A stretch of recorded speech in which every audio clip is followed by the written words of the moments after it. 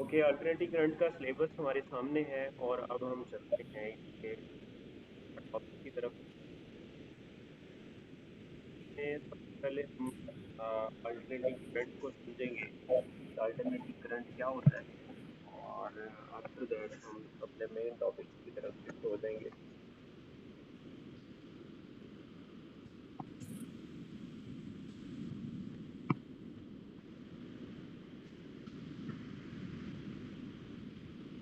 Alternating current की अगर हम बात करें तो अल्टरनेटिंग करंट जो है,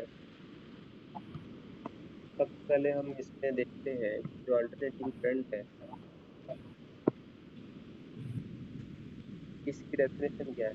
ऐसा करंट कुछ मैग्नीट्यूड चेंजेस कंटिन्यूस, इसका जो मैग्नीट्यूड है वो चेंज होता है, चेंजेस कंटिन्यूस। और अगर हम इसके साथ बात करें तो हम ये कहते हैं कि इसकी जो पोलैरिटी है वो भी चेंज होती है पीरियोडिकली। पोलैरिटी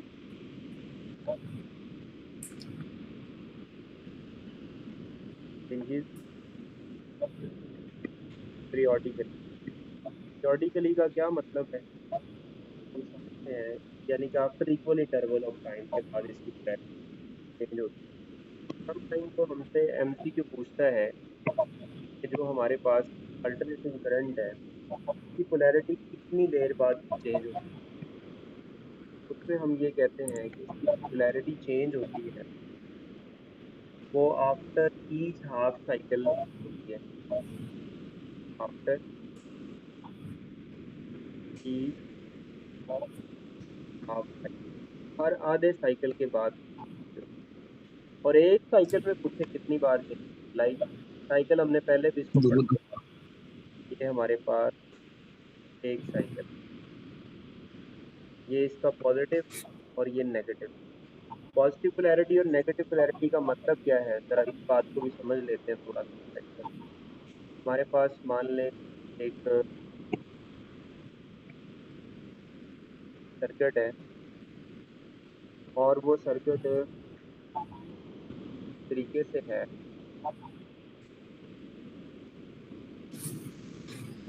कि यहाँ हमारे पास एक रेजिस्टर लगा हुआ है और इधर हमारे पास कोई अल्टरनेटिंग फोर्स है, अल्टरनेटिंग करंट सोर्स। जब पॉजिटिव पोलैरिटी होगी तो पॉजिटिव पोलैरिटी का मतलब ये है कि करंट की डायरेक्शन इस रेजिस्टर में ये होगी, ये क्लॉकवाइज है या एंटी क्लॉक,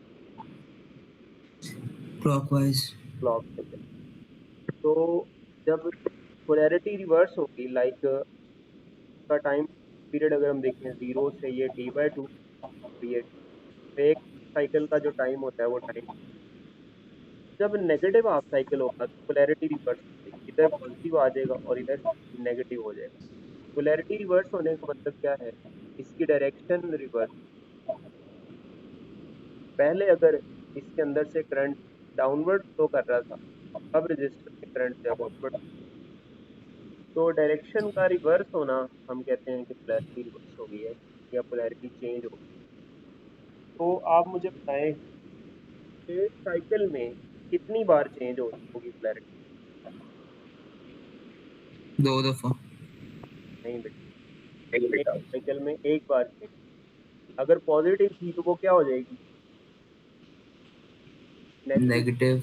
यस, आधे साइकिल हाफ साइकिल के बाद होती है, लेकिन एक आधे साइकिल के अंदर चेंज जो आता है वो एक बार ही आता है। अगर वो पॉजिटिव है तो वो नेगेटिव हो जाता है, अगर वो नेगेटिव है तो पॉजिटिव हो जाता है, ये होता है बस।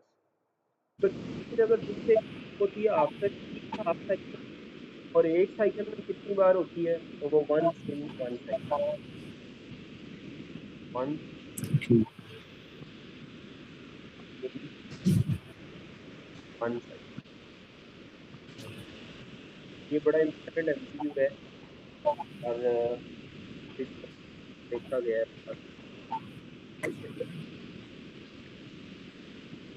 उसके बाद जब हम कहते हैं कि जो हमारे पास अल्टरनेटिंग करंट है के साइनोसॉइडल कौन सा फंक्शन है, साइनोसाइड। साइनोसॉइडल है। और ये क्यों साइनोसॉइडल फंक्शन है, इस फॉर्मूला के अंदर साइन की ट्रिग्नोमेट्रिक रेशो है, तो इसको हम आगे चलकर अभी देखते हैं, अभी हम बेसिक पढ़ रहे हैं। तो जी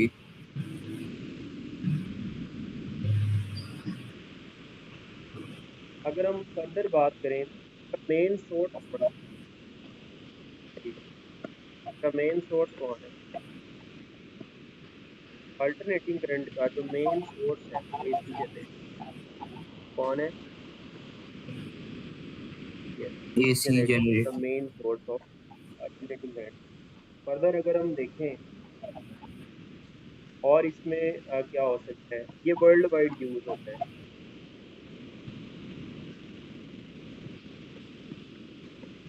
alternating current world wide use. Question ये है, ये वर्ल्ड वाइड यूज क्यों होता है, इसकी कुछ रीजंस हैं, इसकी क्या रीजंस हैं।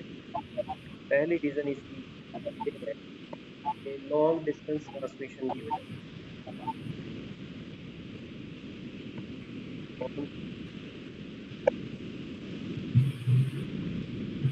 Distance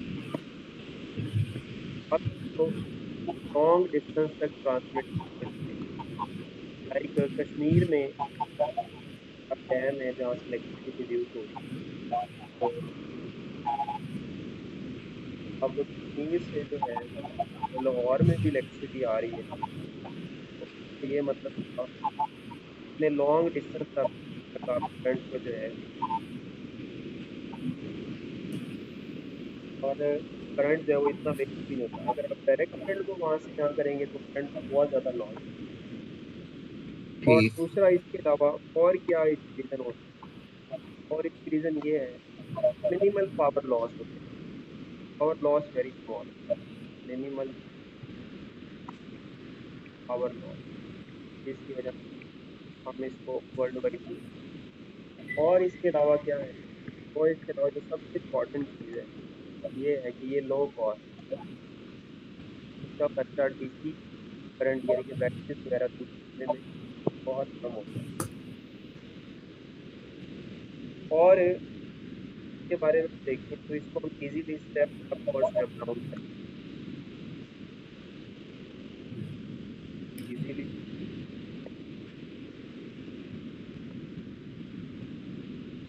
step up and up, current को इंक्रीज कर सकते हैं और डिक्रीज भी कर सकते हैं।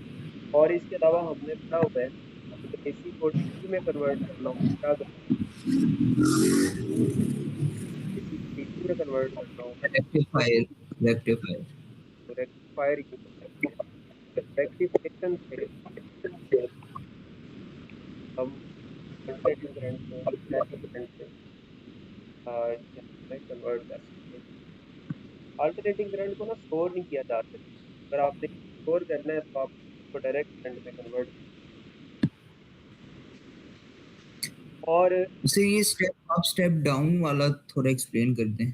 हमने पढ़ा नहीं है ट्रांसफार्मर के अंदर,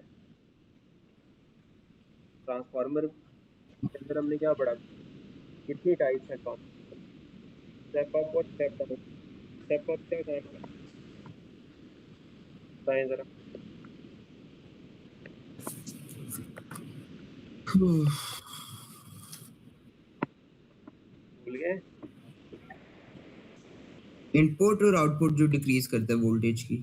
यस, इनपुट को नहीं, इनपुट को इंक्रीज या डिक्रीज करता है, जब आपको इनपुट वोल्टेज कोई मिला है तो उसको अगर आपने इंक्रीज करना है तो स्टेप अप यूज करते हैं, जो ठीक। अ, उसको इनपुट को डिक्रीज करना है तो आप स्टेप डाउन करते हैं। आईबी में नहीं ना पढ़ा ये आप, nine. That's why, otherwise FSc के बच्चों को ये हिट होता है।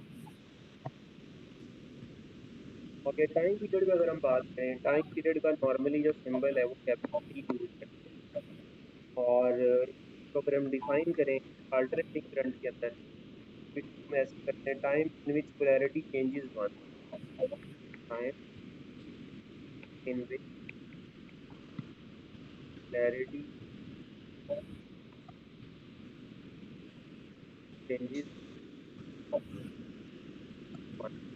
वो वाला टाइम में पोलैरिटी एक बार चेंज, डेफिनेशन हो या time required to complete one cycle. और इसके बाद अगर हम फ्रीक्वेंसी की बात करें, इसकी फ्रीक्वेंसी क्या होगी?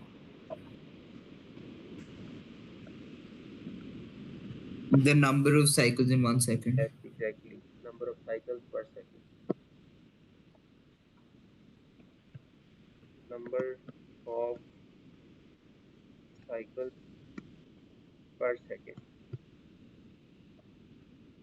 फ्रीक्वेंसी का फॉर्मूला हमें पता है, F इक्वल्स टू 1/d होता है, ठीक है, रेसिप्रोकल ऑफ टाइम की। और एक MCQ सम टाइम ऐसे देखा गया, इंफॉर्मेशन बेस्ड है। पाकिस्तान के अंदर जो हमारे पास अल्टरनेटिंग करंट आ रहा है, उसकी फ्रीक्वेंसी कितनी? पाकिस्तान में पता नहीं सर। 50 हर्ट्ज है, ठीक है। अगर वो इसका टाइम पीरियड पूछ ले तो आप फाइंड कर सकते हैं टाइम पीरियड। 1/50 कर देंगे। यस, तो आपके पास इसका टाइम पीरियड आ जाएगा। और अगर देखो 50 हर्ट्ज का मतलब है 50 साइकिल्स इन वन सेकेंड। एक साइकिल की अगर हम बात करें, ये हमारे पास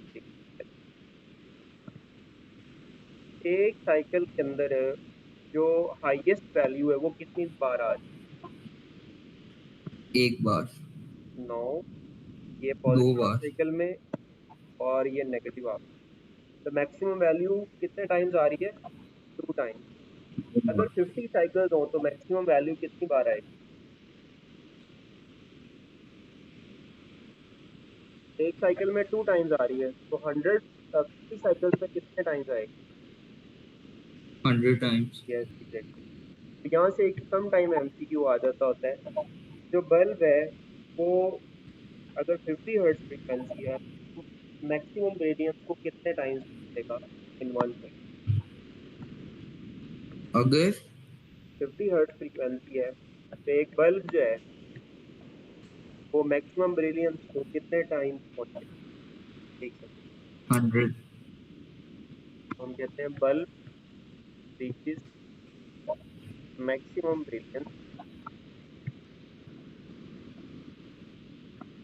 maximum brilliance in rate time.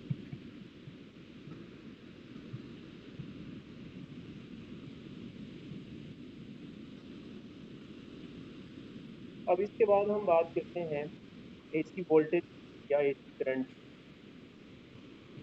और इस वोल्टेज या AC करंट को पढ़ने से पहले हम यहाँ बात करते हैं कि हम एक्चुअली पढ़ने के जा रहे हैं, हम ऑफ अल्टरनेटिंग करंट पढ़ने जा रहे हैं,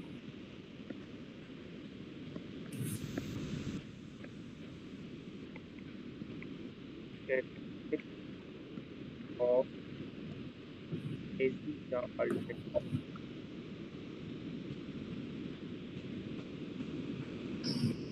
इलेक्ट्रिसिटी के अंदर जो सबसे पहले टेक्निक हम पढ़ेंगे है इंस्टेंटेनियस।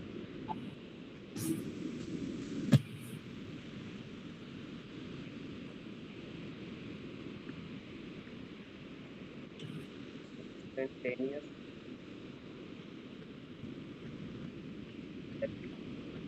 के नाम से क्लियर है, वैल्यू ऑफ अल्टरनेटिंग करंट और voltage at any instant.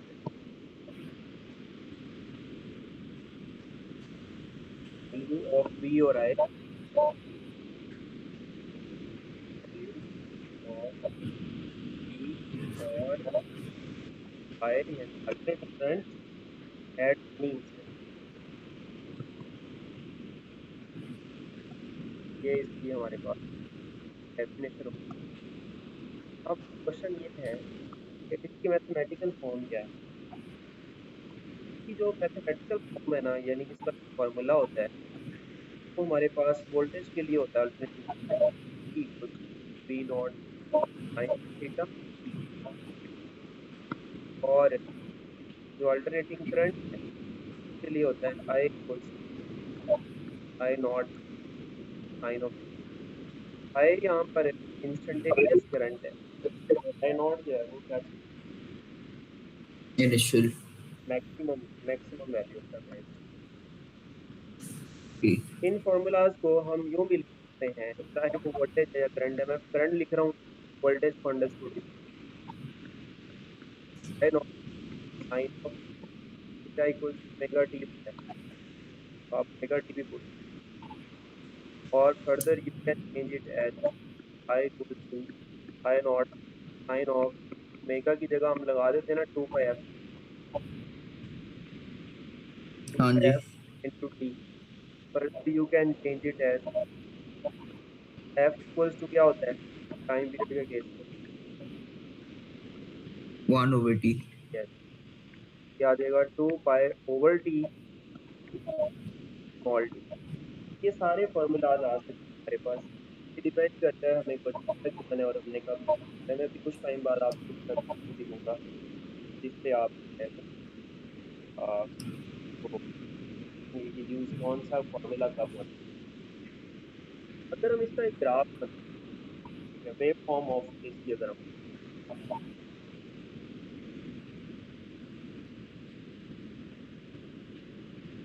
Wave form of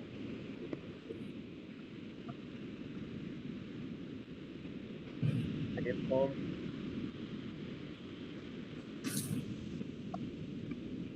of, ये एसी मैंने लिखा है, ये करंट हो या वोल्टेज हो, दोनों केसेस में वेव फॉर्म एक।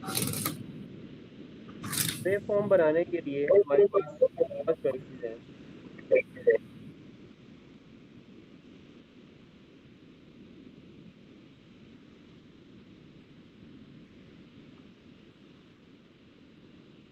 हम थीटा ले सकते हैं, हम टाइम भी ले सकते हैं।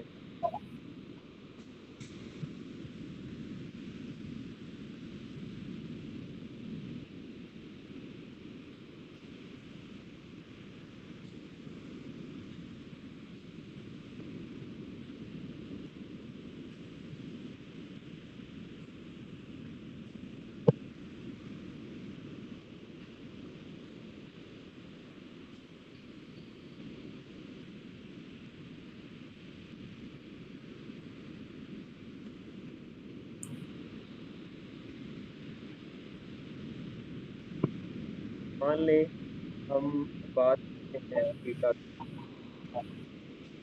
और थीटा हम अ, यहाँ पर वैल्यूज लेंगे थीटा की, हम 0 डिग्री लेंगे,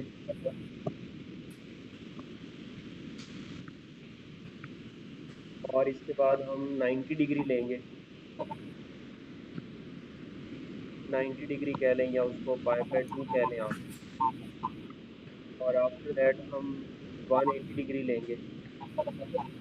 180 डिग्री कह लें या उसको पाई रेडियन कह लें आप। उसके बाद हम 270 लेंगे, और 270 कह लें या उसको 3 पाई/2 कह लें आप। After that we will take last angle that is 360 degree, और 360 डिग्री को रेडियन में कितना बोलेंगे, 2 pi। 2 पाई रेडियन में। अब इन्हीं वैल्यूज के ऊपर अगर हमें टाइम पीरियड लेना हो, तो टाइम पीरियड भी हम ले सकते हैं। हमारा जो टाइम होगा वो हम डिफरेंट वैल्यूज ले सकते हैं। यहाँ जो टाइम है ये स्मॉल टी है। कौन कौन सी वैल्यूज ले सकते हैं, ये हम वैल्यू दे सकते हैं। जब 0 डिग्री होगा तो टाइम हमारा स्टार्ट हो रहा होगा और 0 टाइम होगा। जब 90 डिग्री होगा तो टाइम हमारा क्या नाम है T/4 होगा, T/4 होगा। और जब 180 डिग्री होगा, हाफ साइकिल हो जाएगा, टाइम हमारा T/2 हो जाएगा। और जब हमारे पास 3/4 साइकिल हो जाएगा तो टाइम हमारा 3/4T हो जाएगा। और इसी तरह से जब 360 एक कंप्लीट साइकिल हो जाएगा तो टाइम हमारा T हो जाएगा। अब इसके ऊपर वोल्टेज और करंट की वैल्यूज क्या होंगी, चाहे वो वोल्टेज की बात करें चाहे वो करंट की बात करें, V कह ले या I कह ले। मैं यहाँ एक काम करता हूँ, यहाँ इसके साथ ना वेव फॉर्म भी बना, हम एक ग्राफ ले रहे हैं इस तरीके से।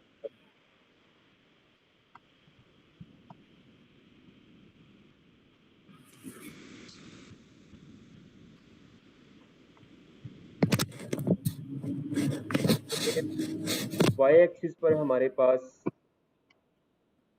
मान लो वोल्टेज या करंट है, V ले लेते हैं चले, और ये मैक्सिमम V नॉट है और ये माइनस, हम डिफरेंट एंगल्स ले रहे हैं।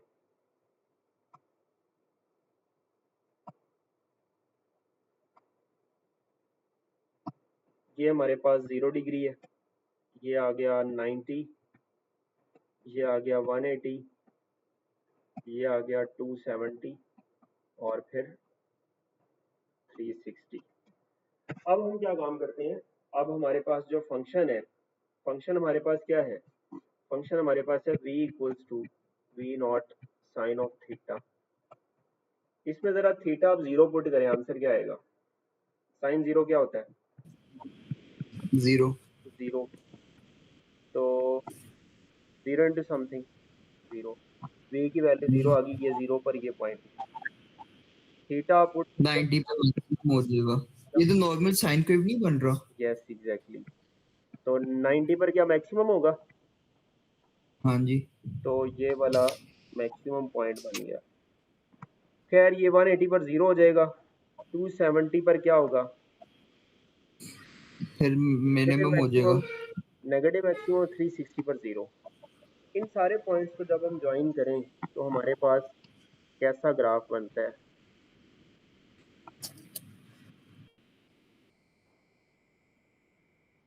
वो इस तरह का ग्राफ बनता है। अब ये जो ग्राफ है, ये साइन के फंक्शन का ग्राफ है। याद है आपको इसको क्या नाम दिया था हमने? साइनोवियल। साइन कर्व इसको कहा था, या साइनोसाइडल ग्राफ कहा था हमने इसको, साइनोसाइडल ग्राफ या कर्व। तो अब यहाँ पर ये सारी वैल्यूज अगर हम इधर पुट करें, लाइक जब एंगल 0 डिग्री होगा तो बताएं कि वोल्टेज या करंट कितना होगा? 0 0। जब साइन 90 होगा, वोल्टेज या करंट क्या होगा? V नॉट होगा मैक्सिमम। या I नॉट होगा, मैक्सिमम पॉजिटिव। और जब साइन 180 डिग्री होगा तो क्या होगा? ये फिर 0, साइन 180 0 होता है ना। हाँ जी, साइन 270 क्या होगा? Minus V naught minus I naught. Yes, minus I naught. और सिमिलरली 360 पर फिर क्या होगा? 0। सारा हमारे पास जो ग्राफ आ रहा है, ये ग्राफ हमने बेसिकली साइन बनाया है, ठीक है। तो ठीक। अगर वो आपसे पूछ ले, ये ग्राफ गिवन है कि आप बताएं कि जो बी पॉइंट है, ये वाला मान लो इसको हम बी पॉइंट, ये बी पॉइंट, बी पॉइंट के ऊपर इसका जो फेस है उसकी वैल्यू क्या है? वी नॉट फेस की वैल्यू, फेस किसको कहते हैं? एंगल को। तो एंगल कितना है इस जगह पर? 90। 90 डिग्री का पाई बाई। और फर्दर हम क्योंकि इंस्टेंटेनियस वैल्यूज को पढ़ रहे हैं, तो इंस्टेंटेनियस वैल्यू क्या होगी? Instantaneous I naught V naught आ जाएगा simply. Any value between plus V naught and minus V naught, any value, ये भी हो सकता है, between plus V naught and minus V, ये वैल्यू भी हो सकती है, प्लस वी नॉट और माइनस वी नॉट भी हो सकता है। इसके अलावा हम इस ग्राफ के बारे में कहते हैं कि ये जो हमारा ग्राफ बना है, ये ग्राफ क्या चीज़ है? जो साइनोसाइडल ग्राफ होता है, set of all instantaneous values होता ठीक। है। साइनोसाइडल ग्राफ क्या होता है? ये एमसीक्यू आया हुआ है, टेस्ट में आया हुआ है, वैसे तो नहीं आया पास। मैं एकेडमी में टेस्ट सेशन करा रहा था तो उधर से ये एमसीक्यू आया। साइनोसाइडल ग्राफ क्या होता है? set of all instantaneous values, set of all instantaneous values। चलिए, इसके बाद हमारे पास जो नेक्स्ट आर्टिकल है स्टैटिस्टिक्स के अंदर, वो है पीक वैल्यू।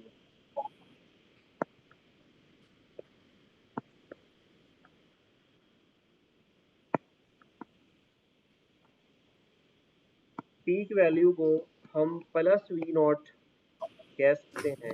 चलो प्लस को छोड़ते हैं, पॉजिटिव भी हो सकती है, नेगेटिव भी हो सकती है। वी नॉट कहेंगे या करंट है तो आई नॉट कहेंगे। ये हमारे पास पीक वैल्यू होती है। पीक वैल्यू क्या होती है, अगर हम डिफाइन करना चाहें कैसे डिफाइन करेंगे? हाईएस्ट वैल्यू वोल्टेज और ठीक हाईएस्ट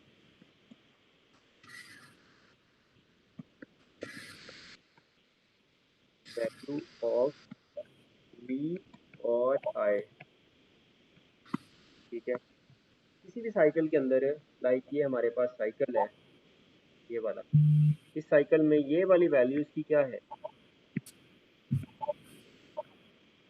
ये पीक वैल्यू है। ठीक ठीक है, और ये भी इसकी क्या है? ये भी पीक ठीक वैल्यू। वैल्यू ठीक है, वो पॉजिटिव है या नेगेटिव है ये एक अलग कहानी, ये है पीक वैल्यू। ठीक है, ये अगर प्लस वी नॉट है तो ये क्या है? Minus. Positive V yes.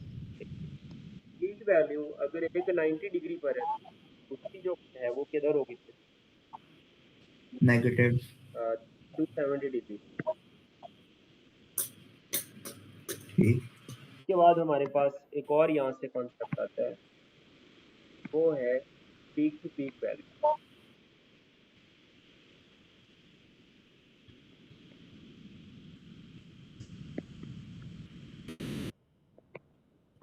Peak to peak value क्या होती है? इस तरह से पीक टू पीक वैल्यू होती है ना एक साइकिल के अंदर, वो सम ऑफ मैग्नीट्यूड होता है ऑफ पीक वैल्यू। ठीक सम ऑफ मैग्नीट्यूड, इंपॉर्टेंट है magnitude of positive and negative negative peak value.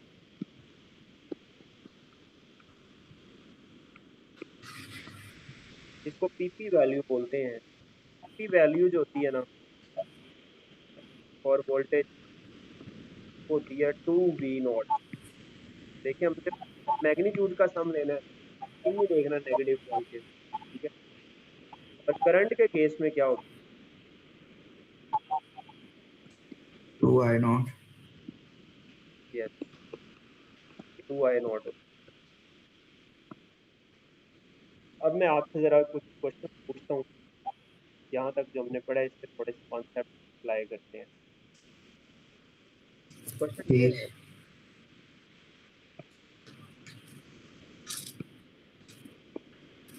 अगर हमारे पास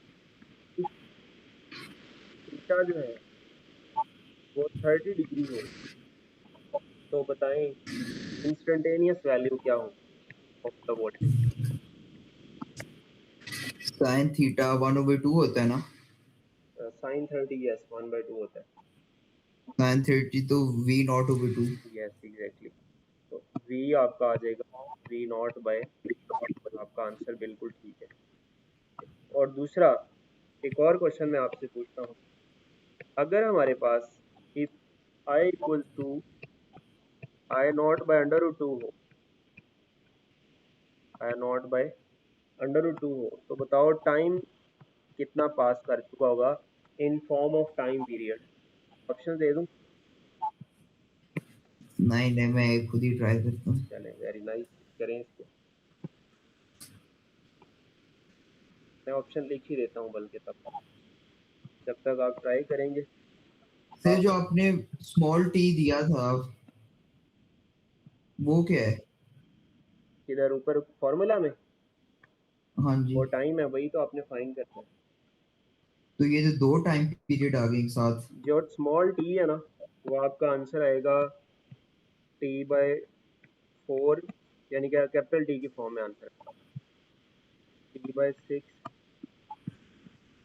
t/8 या t/, ठीक है, एक सेकंड दे दे बस।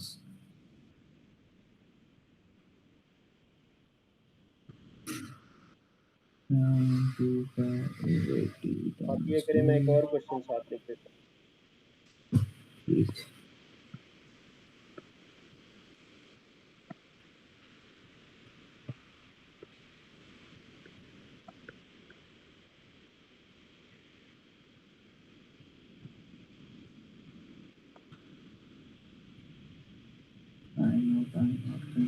हो गया।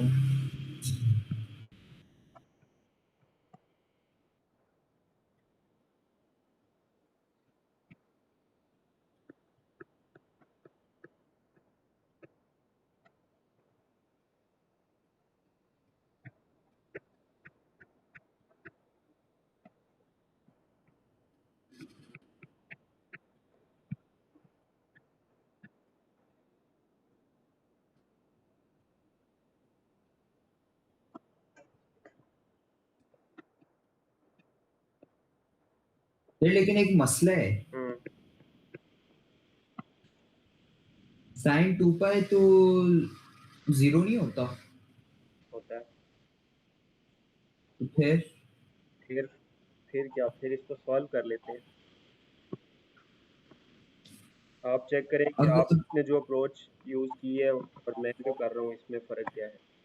आई इक्वल्स टू होता है I naught sine of 2 pi over T into small T. याद है ये फॉर्मूला? मेरे भी आ रहे, अभी तक मेरा I T over square root 2 is equal to sine 2 pi T. खैर वो देखते हैं। अब आई की अब आई मैंने की आप जगह I naught over square root 2 डाल दिया, आई की जगह आपने लगाया I naught I naught over over, square root 2, और राइट साइड पर आपके पास आई नॉट। वो सेम इक्वेशन हुई। यस, ये ऐसे ही आ गया। अब आई नॉट कैंसिल आउट हो गया, एग्जैक्टली। अब साइन को आपने टी को लेफ्ट दूसरी साइड करना है, किसको? साइन को लेफ्ट पर शिफ्ट करना है। ये साइन इनवर्स 1/√2 हो जाएगा, और राइट साइड पर आपके पास रह जाएगा 2 pi over T into small T. अब साइन इनवर्स 1/2 कितने पर 1/2 वैल्यू देते हैं? 45 45 को रेडियन में लेकर जाएं, पाई बाय पर 3, 180 से मल्टीप्लाई करें, कितना होता है?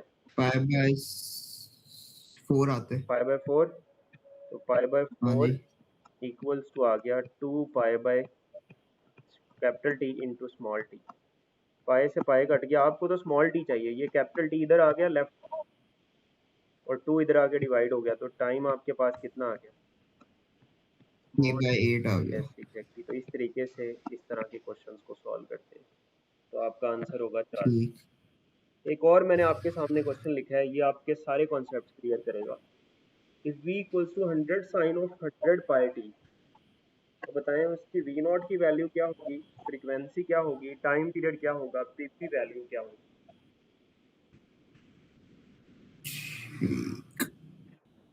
पहले तो सिंपल वी नॉट ढूंढ लेते हैं। बिल्कुल। क्या होगा वी नॉट, क्या होगा? कर रहा हूँ। करना क्या, सामने लिखा होगा।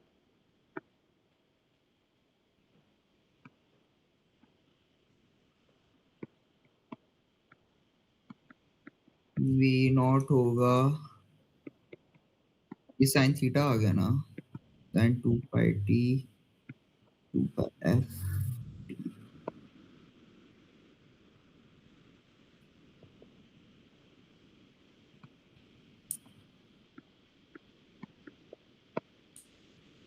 मैंने V naught equals to 100 volt लिख दिया डायरेक्ट। कैसे लिखा बताएं आप?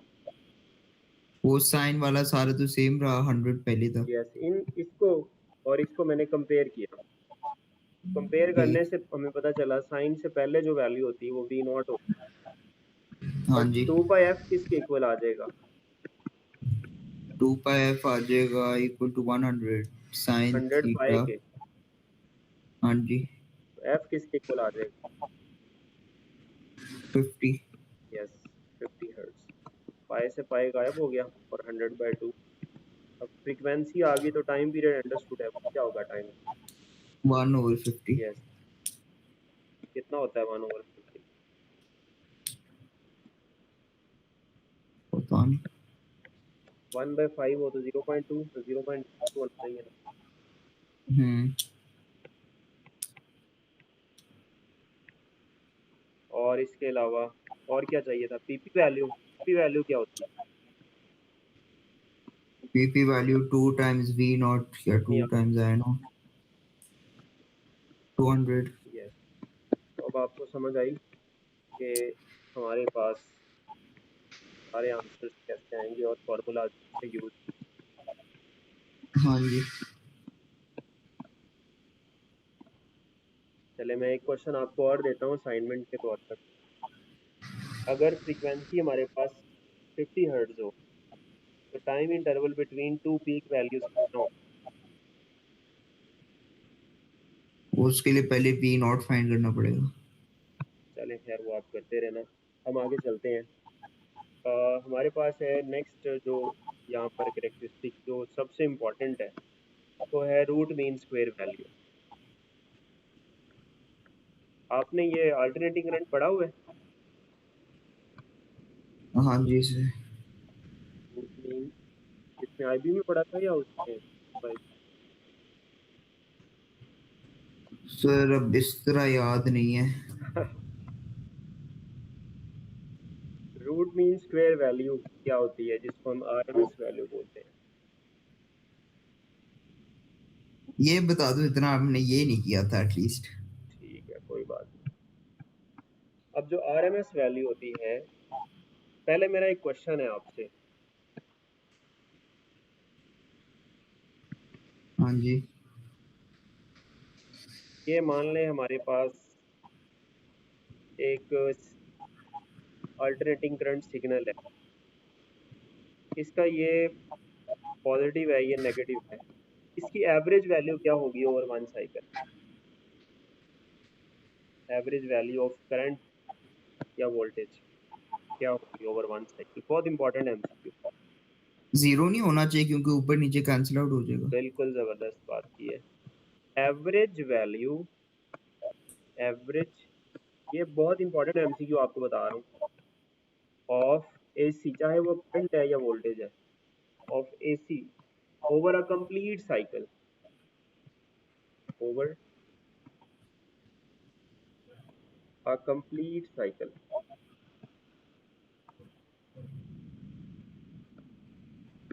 वो क्या होती है? जीरो होती है। लेकिन एवरेज पावर जीरो नहीं होती। अब कैसे होती है ये जीरो, ये देख लें जरा। वी एवरेज चले ले लेते हैं। हमारे पास 4 वैल्यूज यहाँ लेते हैं, जीरो, यहाँ पर प्लस वी नॉट, यहाँ पर फिर जीरो, और यहाँ पर minus V naught. Minus v naught ये फिर जीरो जीरो अगली कर्व का स्टार्ट हो जाता है, तो इसके 4 पॉइंट्स लेते हैं। जैसे zero plus V naught plus v naught plus zero plus zero minus V naught. Minus naught 4 values minus नहीं है तो एवरेज निकालने के लिए 4 पर डिवाइड करते हैं, तो टू ऊपर जीरो जीरो ओवर ओवर 4 तो समथिंग जीरो ही होता है। जीरो, तो आप देखें एवरेज वैल्यू जो है वो जीरो आ रही है। अब होता क्या है कि जो हमारे पास एवरेज पावर है वो जीरो नहीं होती। एवरेज पावर जीरो नहीं होती, not equal, because average power किसके इक्वल होती है? पावर का फॉर्मूला होता है आई स्क्वेयर, और ठीक है, या वो होगा वी स्क्वेयर ओवर आर। तो जब स्क्वेयर लेते हैं तो हमारे पास नेगेटिव का स्क्वायर भी क्या बन जाता है? पॉजिटिव। पॉजिटिव। तो आंसर जीरो नहीं आता फिर, ठीक है। तो तो मसला हो गया कि पावर तो आपके सर्किट को मिल रही है लेकिन एवरेज करंट आपका जीरो हो रहा है। तो फिर आप क्या काम करते हैं, फिर कैसे इसको सेट करते हैं? फिर आप एक और कॉन्सेप्ट यहाँ पर लेकर आते हैं। वो कौन सा कॉन्सेप्ट है? वो आरएमएस का कॉन्सेप्ट। आरएमएस क्या होता है?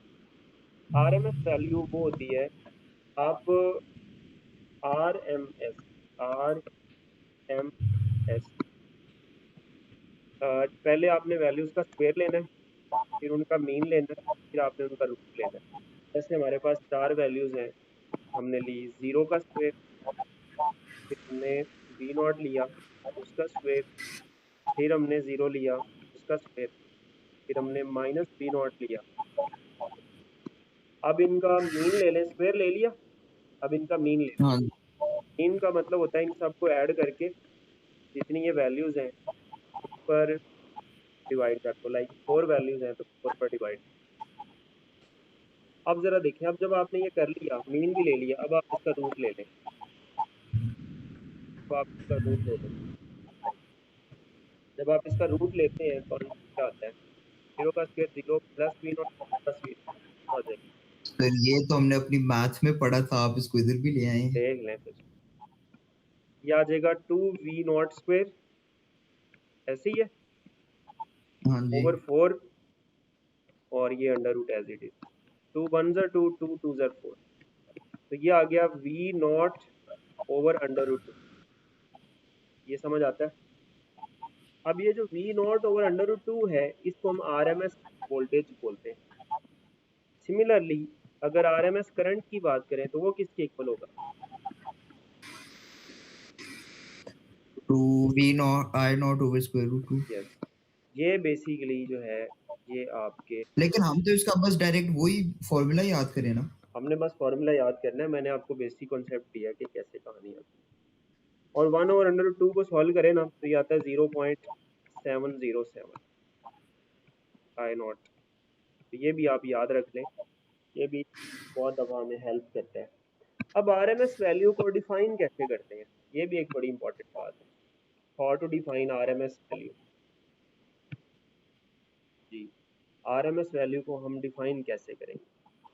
जो हमारे पास RMS वैल्यू है उसको हम डिफाइन करते हैं इस तरीके से कि the effective value of AC over complete cycle. ये क्या होती है? इफेक्टिव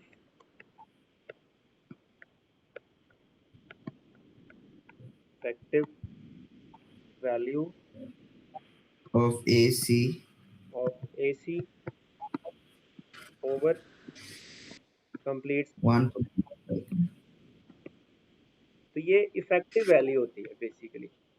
आपका जो एक MCQ आता होता है कि जो अल्टरनेटिंग करंट या वोल्टेज मीटर है AC, चलो इसको पूरा लिखो, अल्टरनेटिंग करंट और वोल्टेज मीटर जो है, ये जो रीडिंग लेते हैं ये कौन सी रीडिंग होती है?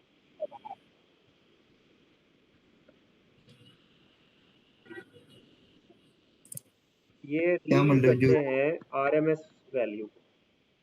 ये किसको रीड करते हैं? आर लाइक एस आपके घर में आर जो एम वायर है, आप उसका वोल्टेज चेक करते हैं वोल्ट मीटर यूज करके, तो वो जो रीडिंग दे रहा होता है ना volt meter, digital normally use करते हैं, वो RMS वैल्यू दे रहा होता है, इफेक्टिव वैल्यू दे रहा होता है, वो एवरेज वैल्यू नहीं दे रहा होता। आपको पता है AC की अगर हम बात करें तो AC की वैल्यू यहाँ पर 0 है, बढ़ती जा रही है बढ़ती जा रही है, यहाँ मैक्सिमम हो गई, 0 भी हो रही है मैक्सिमम भी हो रही है।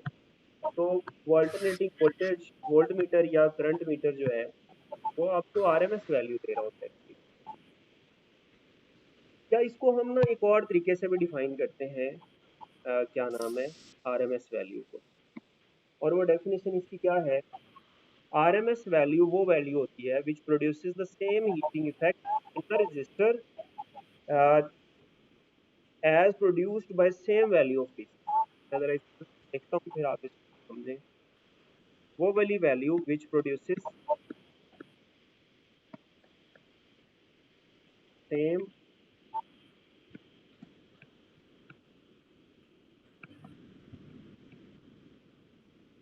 Heating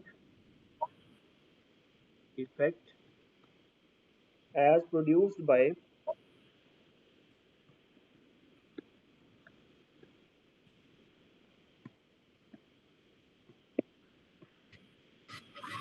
same value of D.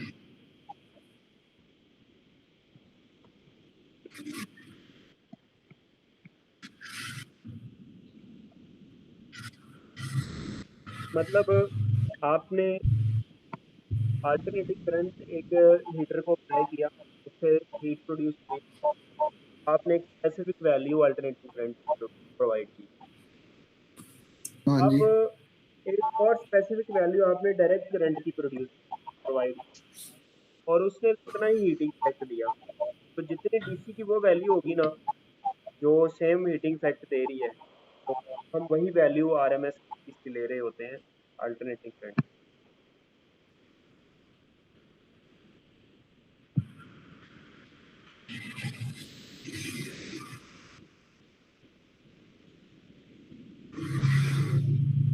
हमारे पास यहाँ से क्वेश्चन अगर पूछे तो वो कैसे आ सकते हैं?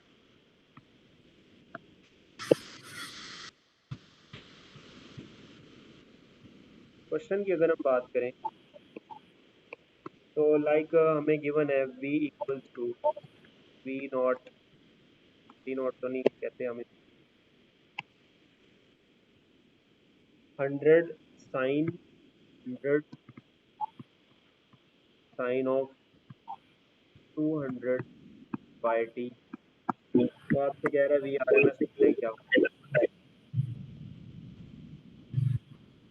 ये फंक्शन आपको गिवन है, वी आर एम एस बताएं क्या? D R M S. Yes ठीक हो गया। तो वी नॉट की वैल्यू 100 है, यस। तो 0 स्क्वायर प्लस 100 स्क्वायर प्लस -100 का स्क्वायर भी तो ठीक हो गया।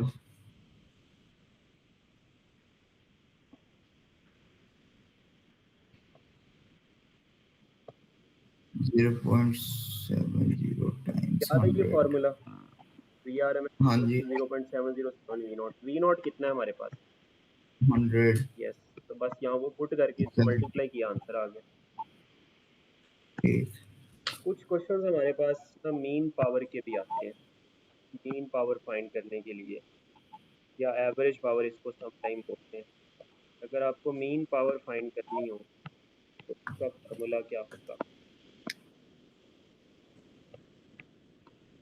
ये भी जितने भी फार्मूलाज है ना सारे हम चीज़ें पढ़ रहे हैं वो इसमें हम सर्किट में कंपोनेंट जो है वो रजिस्टर ले रहे हैं।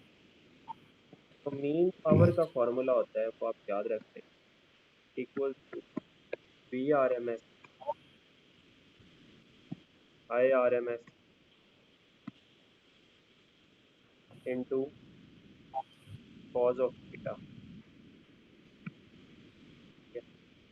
और यहाँ पर जो हमारे पास कॉज थीटा है इसको पावर फैक्टर बोलते हैं। क्या बोलते हैं? Power factor. Power factor. ये बड़ा इंपॉर्टेंट एमसीक्यू है पावर फैक्टर के साथ। कि पावर फैक्टर का यूनिट क्या है?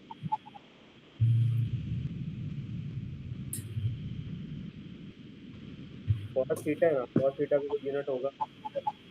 नहीं। अब देखें हमारे पास अगर रेजिस्टिव सर्किट और रेजिस्टिव पावर जो डिसिपेट होती है ना रेजिस्टेंस में, हमने कैपेसिटर इंडक्टर पढ़ना है, हमने पावर डिसिपेट की नहीं है। तो दैट हम जो है वो मीन पावर को इजीली यूजली डिस्कस करते हैं। और जो रेजिस्टिव सर्किट है पावर फॉर्मूला हमारे पास होता है I R M S into R, या आई आर एम एस हम क्या लिख सकते हैं? Naught, V sorry over. I naught over under root 2 लिख सकते हाँ जी। Square into are. तो ये आ जाएगा I naught square R over two, I naught square R over two. I naught square R क्या होगा? ये मैक्सिमम पावर, ये क्या होगी? Maximum power. Maximum power. Mean power का फॉर्मूला ये भी हो सकता है, मैक्सिमम पावर ओवर टू। समझ गए? ठीक।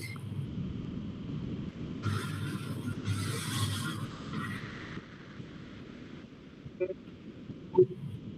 बेसिक कॉन्सेप्ट, अब हम आते हैं अपना मेन मेंशन, ये तो बेसिक था।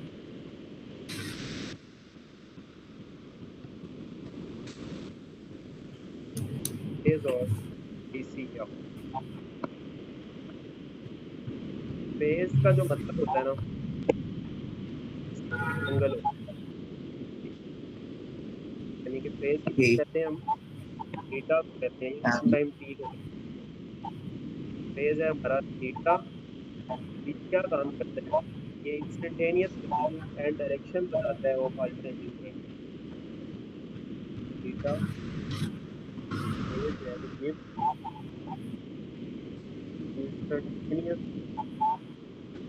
वैल्यू ऑफ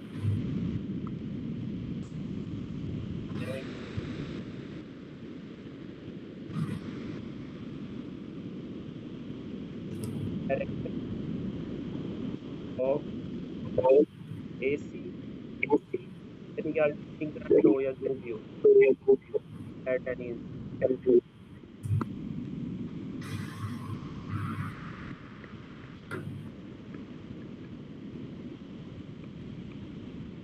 हमारे पास थीटा होता है, हम थीटा को पढ़ चुके हैं बड़ी डिटेल में।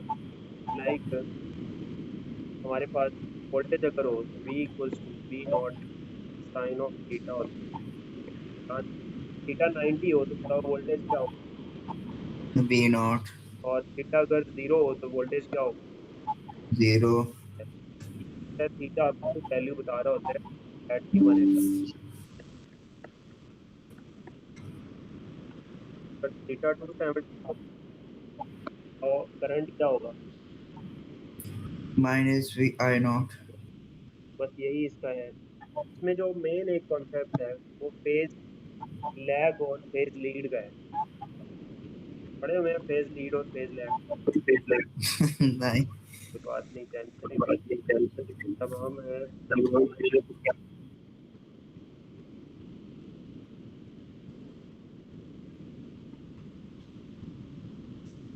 Phase lead and phase lag.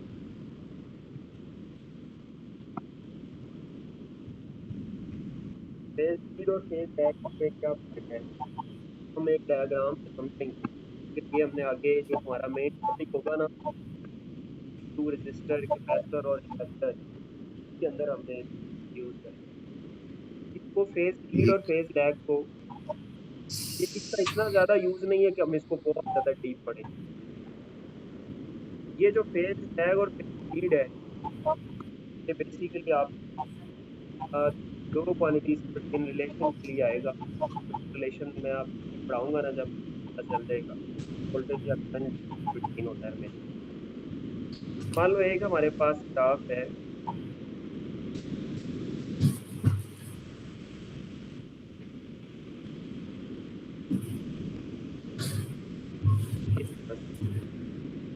और एक और ग्राफ हम यहाँ पर बना देते हैं, वो यहाँ से स्टार्ट।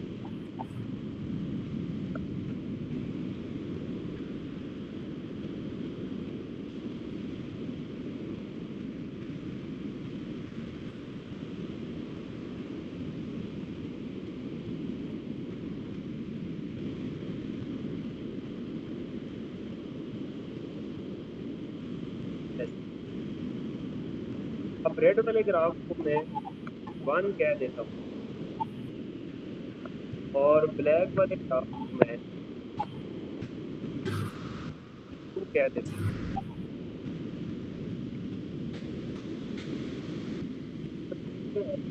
आप तो ग्राफ के को देखकर बता सकते हैं साइन का ग्राफ कौन सा है, कौन सा साइन वाला टू।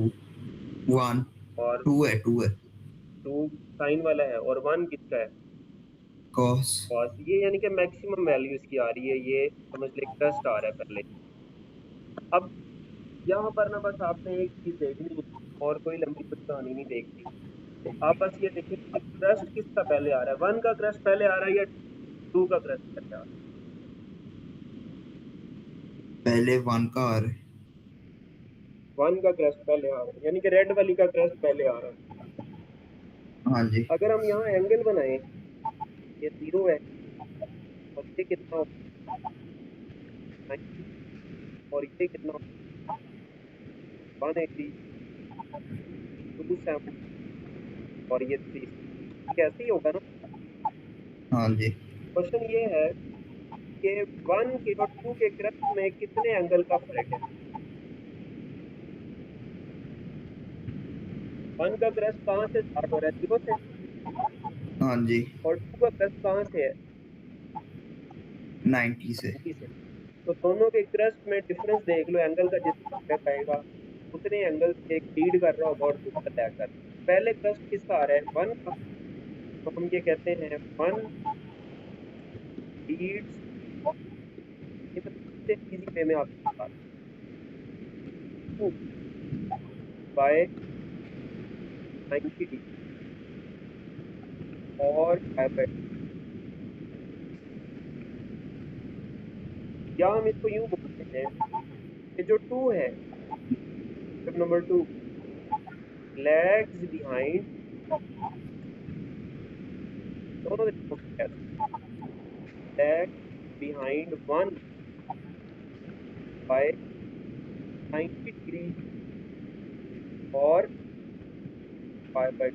बात समझ आ गई। हाँ जी। बस इतना सा बेसिक कॉन्सेप्ट है, इसी तरह से हमने 2-3 पढ़ने हैं यहाँ पर। वैसे भी अगर कोई भी अगर एंगल 45 का भी आपको नजर आ रहा हो, इस तरीके से आप बता दें कि आ रहा है, एक वेव बनी स्टार्ट, तो आपने उसका फिर भी क्रस्ट ही देखना, लेफ्ट लीड कर रही होगी और जिसके बाद में आएगा वो लेफ्ट करेगा। 2 साइन कर्व है, 1 कॉस कर्व है। वो वैसे सोच सकते हैं, लेकिन जरूरी नहीं ऐसी डायग्राम बने, कोई भी डायग्राम बने तो आप जस्ट क्रस्ट वाले कॉन्सेप्ट से इसको अंडरस्टैंड करें और आगे उसको अप्लाई करें। ठीक। अब यहाँ पर ना एक, इन दोनों में से कौन लीड कर रहा है और कौन लैग कर रहा है, इसको समझाने के लिए ना एक और कॉन्सेप्ट इस्तेमाल होता है, वेक्टर्स का कॉन्सेप्ट। वेक्टर के कॉन्सेप्ट को हम phase diagram, sorry phasor diagram क्या कहते हैं, phasor diagram. Phasor diagram. Phasor diagram क्या है, ये हम इन वेव फॉर्म की वेक्टर्स की तरह लीड कर रहे होते हैं कि ये वेक्टर होते हैं तो वेव। तो अब देखो कौन लीड कर रहा है, 1 या 1। 1 लीड कर रहा है।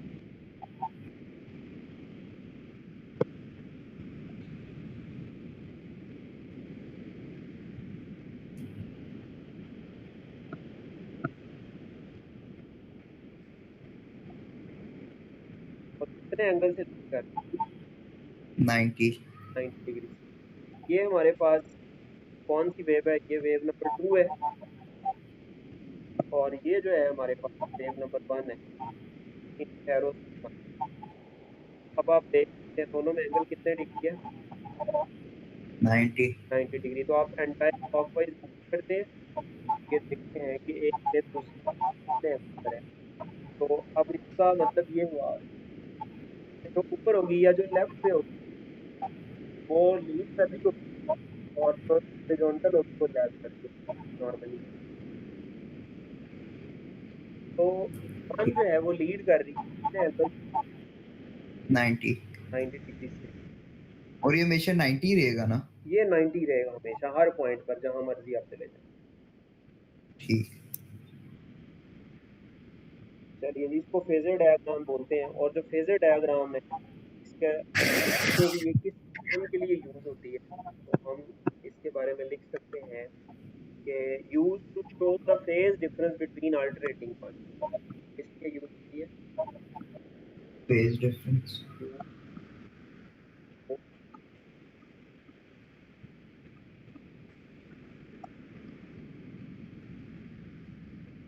The phase difference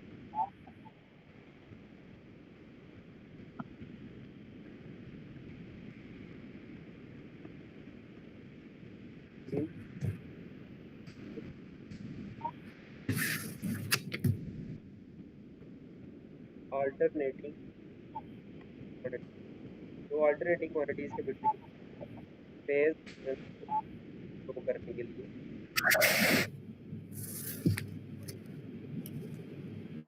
okay. अब हम फर्दर अगर मूव करें तो हमारे पास अब इसका लास्ट पार्ट है, और लास्ट पार्ट इसका सबसे इम्पोर्टेंट पार्ट है, और वो है AC through resistor, AC through capacitor and AC through inductor. अब इसको अंडरस्टैंड करने के लिए ना मैं जो है वो एक टेबल की फॉर्म में ये वाला आपको सारा समझाऊंगा, ताकि आप टेबल की फॉर्म में इसको अंडरस्टैंड कर लें और आपके लिए मसला भी ना हो।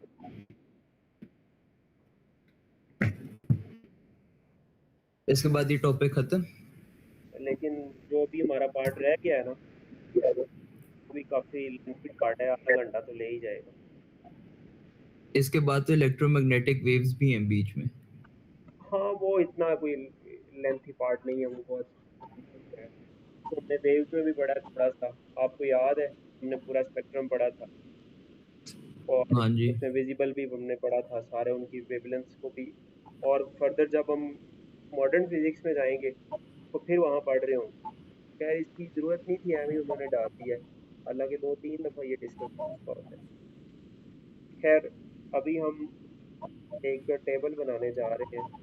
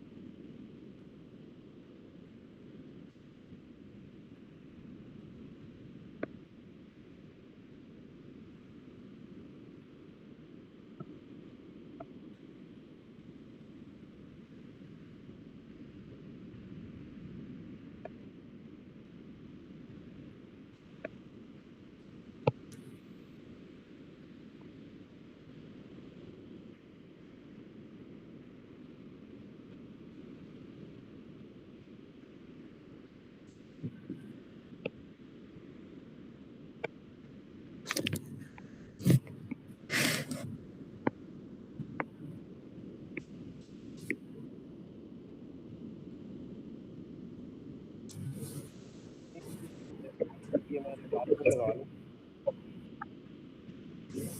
ठीक। पहले हम बात करेंगे इसके अंदर एसी की। तो एसी थ्रू जो है हम पहले देखते हैं,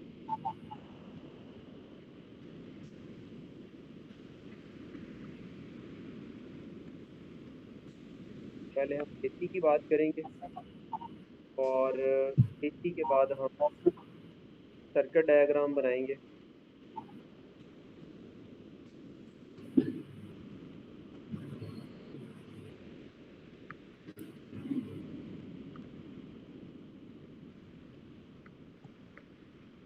सर्किट डायग्राम।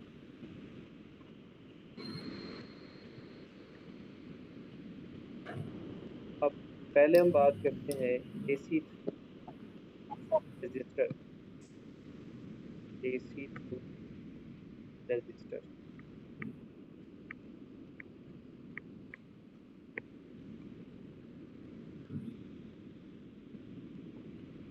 और इसकी हम सर्किट डायग्राम बनाते हैं ज़रा, इसकी सर्किट डायग्राम। ये सर्किट डायग्राम भी आपको रिकग्नाइज करने के लिए आता है।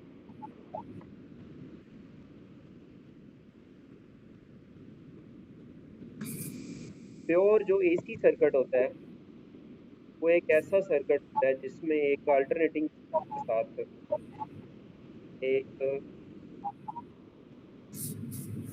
रजिस्टर अटैच हो। हमारे पास एक रजिस्टर है और एक अल्टरनेटिंग करंट सोर्स, ये इसका सर्किट बन जाएगा। और इसके बाद हम जो दूसरी चीज़ यहाँ देखेंगे वो है हमारे पास मान लें दूसरे नंबर हम ये देखते हैं इक्वेशन क्या बनेगी जब इसके अंदर से अल्टरनेटिंग करंट पास करेगा एक रजिस्टर में से, वहाँ कौन कौन सी इक्वेशंस हैं वो एप्लीकेबल। इक्वेशंस की अगर हम बात करें, यहाँ पर हमारे पास बेसिक इक्वेशंस यूज होती हैं। I equal to I naught sine of theta, और वोल्टेज यूज होता है V equal to V naught sine of theta, और यहाँ पर जो हमारे पास मैक्सिमम करंट होगा आई नॉट, ये इक्वल्स होगा वी नॉट ओवर आर के। हो गया। ठीक। थर्ड नंबर पे जो चीज़ हम में पढ़ेंगे, सॉरी फोर्थ नंबर पे, वो हम देखेंगे ग्राफ कैसा बने, वोल्टेज और करंट का ग्राफ कैसा बने।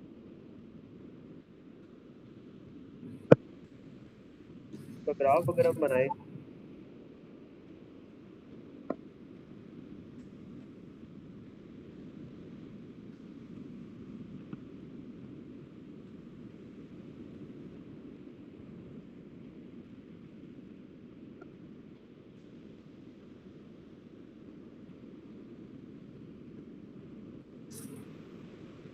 दोनों साइन के ग्राफ है, करंट हाँ और जी। वोल्टेज दोनों, तो दोनों का जो ग्राफ बनेगा वो एक जैसा ही बनेगा।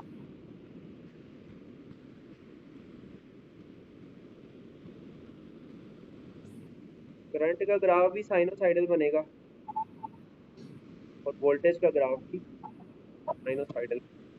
लाइक ये वोल्टेज है, वी को रिप्रेजेंट करता है, और जो दूसरा रेड वाला है वो हमारे पास तो जो वोल्टेज का एम्पलीट्यूड वो ज्यादा होगा करंट से? नॉर्मली ऐसे ही होता है।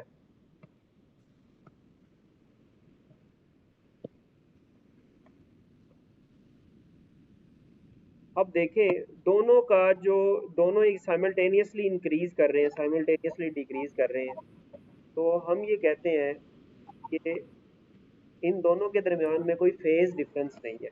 क्या आपको इनके दरमियान में कोई फेज डिफरेंस नजर आ रहा है? नहीं। तो अगर हमसे फेज डिफरेंस का पूछे, पांचवा पॉइंट जो हम यहाँ देख सकते हैं वो है फेज डिफरेंस का।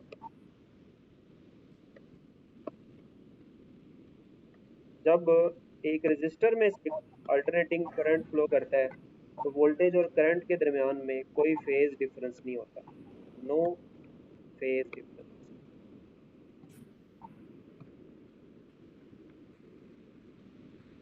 यानी कि जो हमारे पास थीटा है वो कितना होता है, 0 डिग्री जीरो। होता है। जब थीटा हमारे पास 0 डिग्री हो तो हम ये कहते हैं कि ये दोनों इन फेज है। दोनों क्या है? ठीक। इन फेज। यानी कि अगर हम अ, यहाँ पर ही लिख लेते हैं, ये दोनों क्या है? इन फेज।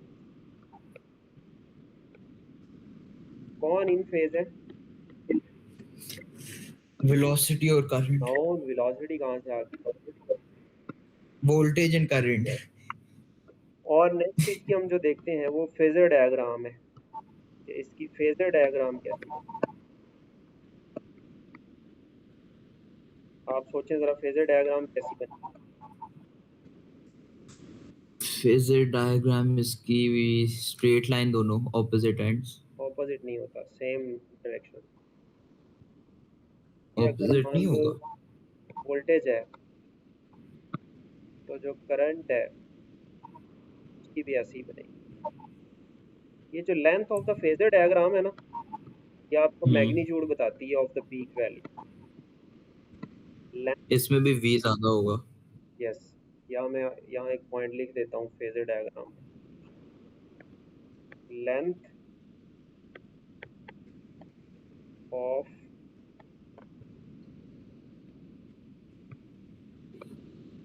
फेजर डायग्राम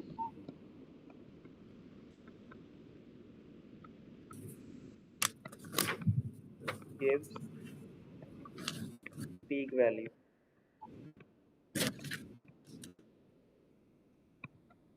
किसी की लेंथ ज़्यादा है तो उसकी पीक वैल्यू ज़्यादा होगी, and so on.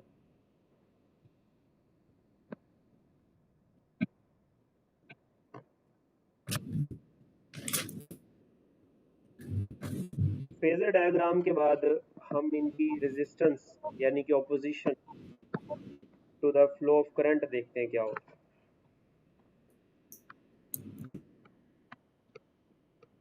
Opposition to current,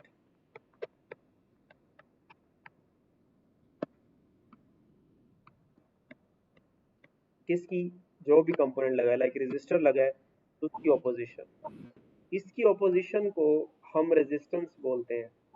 जो रेजिस्टर ऑपोजिशन ऑफर करता है to the flow of current उसको हम रेजिस्टेंस बोलते हैं, और उसको हम आर से रिप्रेजेंट करते हैं। और आर का जो फॉर्मूला होता है वो V R M S over IRMS होता है। आई आर एम एस होता है। और इसका यूनिट क्या होगा? Volts per ampere.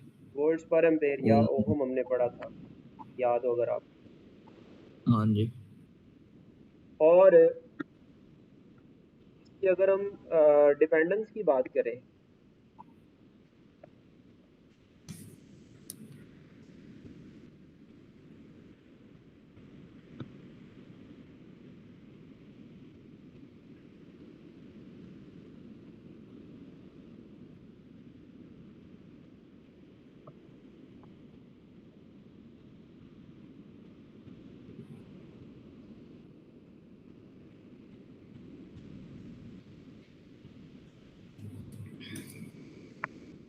किसकी डिपेंडेंस की? रेजिस्टेंस की डिपेंडेंस, डिपेंडेंस ऑफ रेजिस्टेंस। ये हमारा 8th पॉइंट आ गया। इसकी डिपेंडेंस किसके ऊपर देखनी है? फ्रीक्वेंसी के ऊपर। Dependence upon R, sorry frequency, किसकी? इसकी डिपेंडेंस ऑपोजिशन की। अब रेजिस्टेंस जो है ये फ्रीक्वेंसी पर डिपेंड नहीं करती, बाकी दो कंपोनेंट्स पढ़ेंगे तो वो डिपेंड करते हैं, तो हम लिखते हैं इंडिपेंडेंट ऑफ फ्रीक्वेंसी। इसे थोड़ा स्क्रीन को थोड़ा लेफ्ट पे करें। इसके बाद हम बात करते हैं इसका ग्राफ कैसा बनेगा।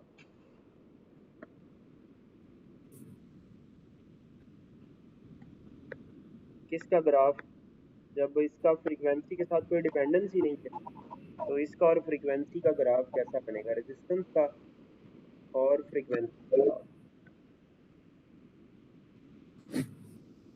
मान लो एक्स एक्सिस पर हम फ्रीक्वेंसी ले लेते हैं और वाई एक्सिस पर रेजिस्टेंस ले लेते हैं, तो इसका ग्राफ कैसा बनेगा?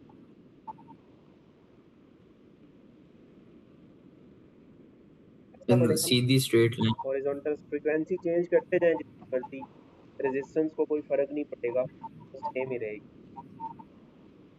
अब नेक्स्ट थिंग यहाँ हम देखेंगे वो है value of power. Power factor की वैल्यू क्या? पावर फैक्टर क्या था हमारे पास? इसको हमने पावर फैक्टर का नाम दिया। वो साइन थीटा को कॉस तो थीटा। कॉस कॉस थीटा यहाँ पर कितना है? 0 तो कॉस जीरो कितना होगा? मैक्सिमम 1। तो 1। इसकी पावर फैक्टर की वैल्यू 1 होगी। ठीक है। इसके बाद हम देखते हैं कि हमारे पास एसी थ्रू रजिस्टर है, उसमें पावर कंजम्पशन कितनी होती है, या पावर डिसिपेशन क्या है, या पावर कंज्यूम्ड क्या है?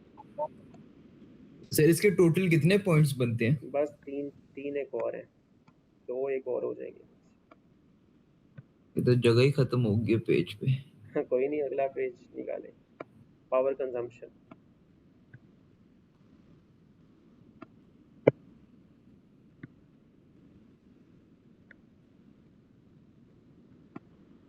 पावर कंजम्पशन की अगर हम बात करें तो रजिस्टर्स जो है वो मैक्सिमम पावर कंज्यूम करते हैं। रजिस्टर क्या काम करते हैं? maximum power consumption.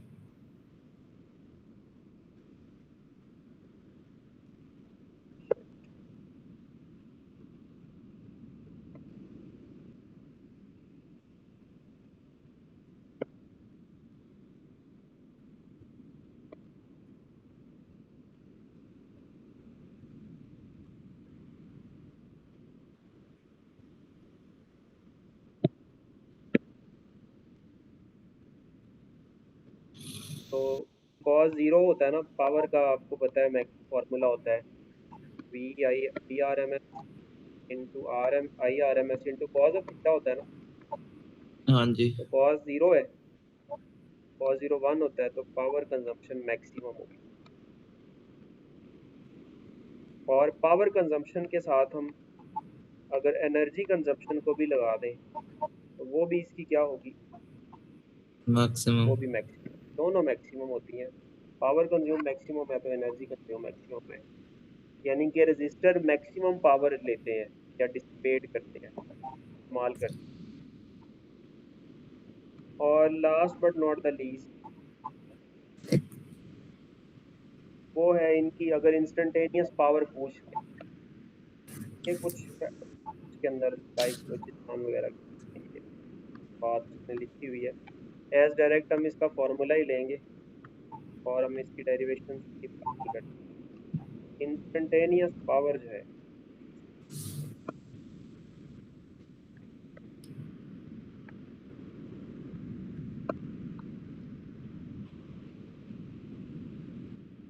तो इंस्टेंटेनियस पावर का हमारे पास जो फॉर्मूला होता है इस केस में वो होगा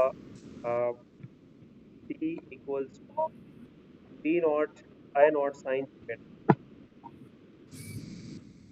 टी इक्वल्स टू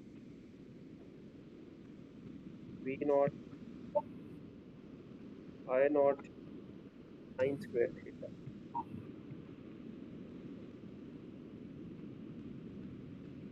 ठीक है।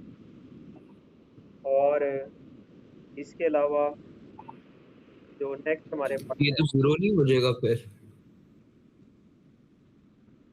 एक्चुअली ये बेसिकली भला क्या होता है, ये इंस्टेंटेनियस है किसी भी एंगल पर, ये हर एंगल पर नहीं है।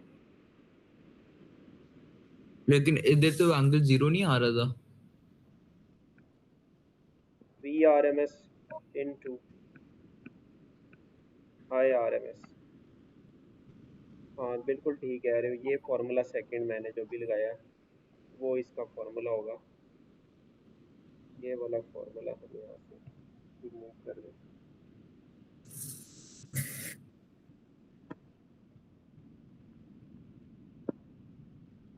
तो V R M S into I R M S, इसका फॉर्मूला हमारे पास आएगा इंस्टेंटेनियस पावर फाइंड करने के,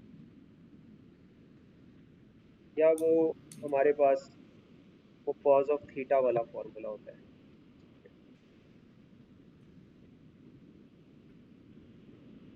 अब इसके बाद हमारे पास जो है वो नेक्स्ट जो कंपोनेंट है वो है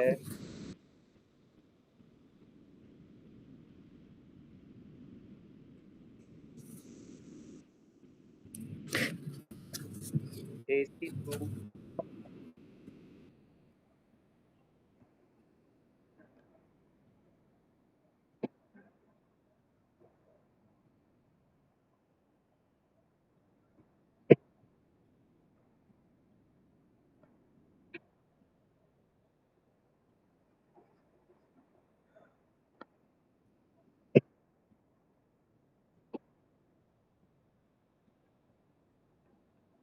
एसी थ्रू। अब हम पढ़ेंगे कैपेसिटर, पहले हमने पढ़ा एसी थ्रू रेजिस्टर, अब हम पढ़ेंगे एसी थ्रू कैपेसिटर।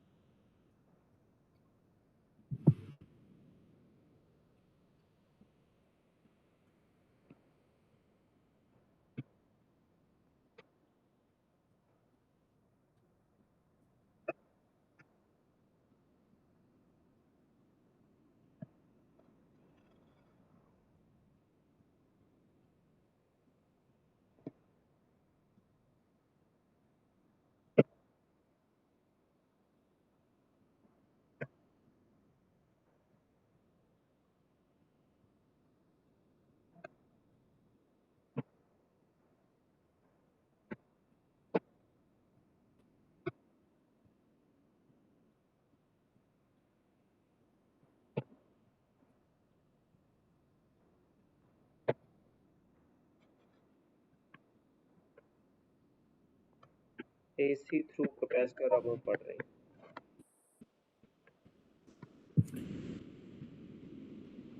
इसकी अगर हम सर्किट डायग्राम देखें तो इसकी सर्किट डायग्राम कैसी होगी हमारे पास, वो ज़रा देख लेते हैं।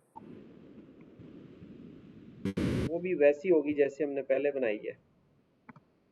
यहाँ पर एक हमारे पास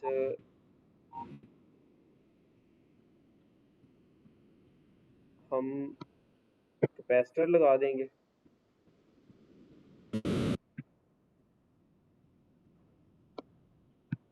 और एक हम यहाँ पर अल्टरनेटिंग करंट सोर्स लगा देंगे।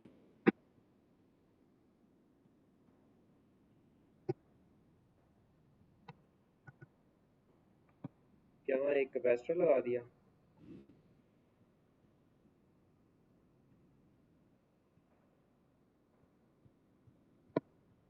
और यहाँ एक अल्टरनेटिंग करंट सोर्स लगा दिया।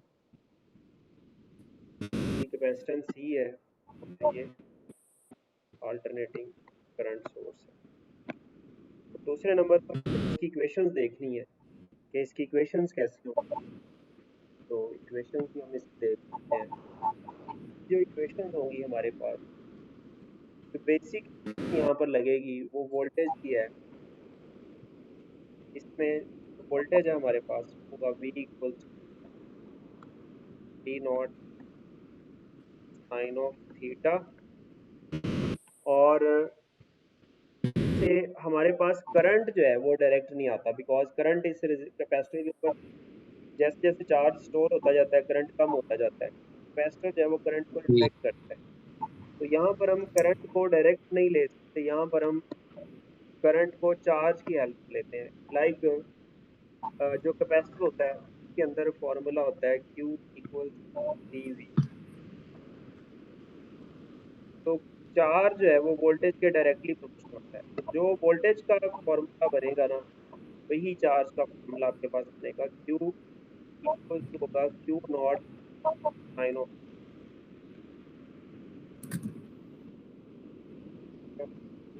और अगर मैं आपको कहूँ इसका ग्रेडियंट क्या आपको देगा, delta Q over delta T किसके इक्वल आएगा? करंट। Yes. ये भी MCQ आता है। Gradient of current time graph gives us QT graph जो है उसका ग्रेडियंट आपको वोल्टेज की वैल्यू देगा, करंट की वैल्यू देगा। तो बेसिकली जो आपका वोल्टेज का ग्राफ होगा वैसा ही करंट चार्ज का ग्राफ होगा, और चार्ज के ग्राफ की स्लोप आपको करंट देती है, तो वोल्टेज के ग्राफ की आपको करंट ही देगी। और जो फॉर्मूला नॉर्मली हम बनाते हैं वो आप चाहें तो इसका cos थीटा के साथ फॉर्मूला बना सकते हैं। I equals to I naught, basically ये फॉर्मूला होता है sine of theta plus pi by 2। ठीक है, क्योंकि जब इसका थीटा 0 होगा, अगर हम इसका ग्राफ बनाएंगे ना फिर आपको समझ आएगी ये कैसे होता है।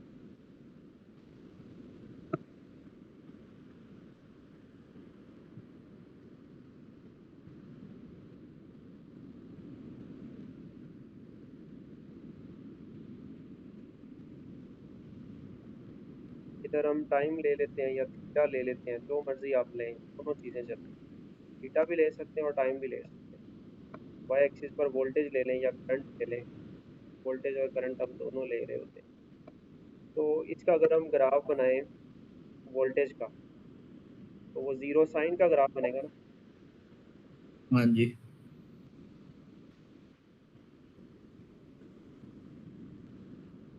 उसका इस तरह से ग्राफ बनेगा। अब करंट का देखें अगर आप ग्राफ, तो जीरो यहाँ पर इसकी स्लोप मैक्सिमम है, हाँ जी। और इस हाईएस्ट पॉइंट पर स्लोप क्या होगी, ये मिनिमम। मिनिमम, या हम उसको जीरो कह सकते हैं। हाँ जी। तो इसका मतलब है यहाँ पर मैक्सिमम पॉइंट आएगा और यहाँ पर ये जीरो वाला पॉइंट आएगा। इधर आप देखें स्लोप फिर मैक्सिमम है और नेगेटिव है। तो स्लोप अगर मैक्सिमम और नेगेटिव है तो आपका फिर ये नेगेटिव में मैक्सिमम पॉइंट आ जाएगा। और यहाँ स्लोप अगर आप देखें तो 0 है, यहाँ पर आपका ये पॉइंट आ जाएगा। तो आप इन सारे पॉइंट्स को ज्वाइन करते हैं तो आपके पास इस तरह का ग्राफ।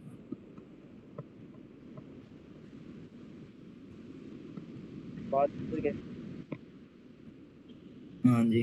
अब इसके अंदर हमारे पास जो ये रेड वाला है ये किसका ग्राफ है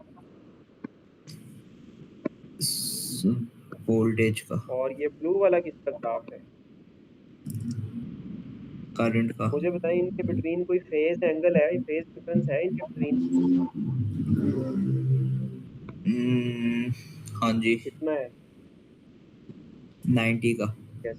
तो अब इनके बिटवीन 90 का फेज, थीटा कितना आ गया हमारे पास? 90। 90 डिग्री या पाई बाय 2 में। और इसको आउट ऑफ फेज या इन फेज नहीं कह सकते,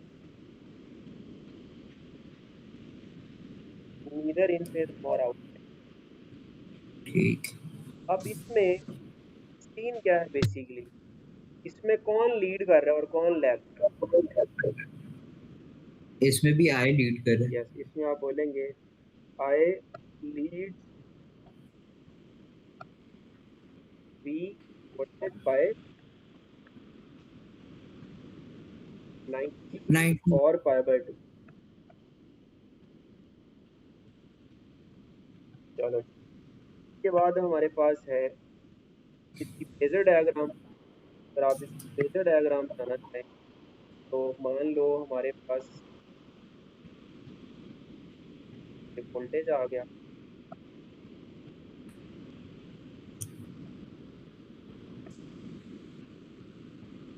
और ये करंट आ।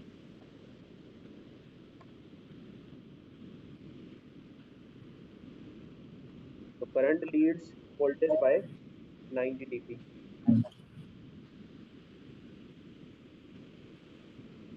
और इसके बाद हमारे पास इसके अंदर जो ऑपोजिशन होगी, जैसे यहाँ हमने ऑपोजिशन को रेजिस्टेंस कहा था, तो यहाँ ऑपोजिशन को क्या बोलेंगे? यहाँ ऑपोजिशन को हम बोलते हैं कैपेसिटिव रिएक्टेंस। क्या बोलते हैं? कैपेसिटिव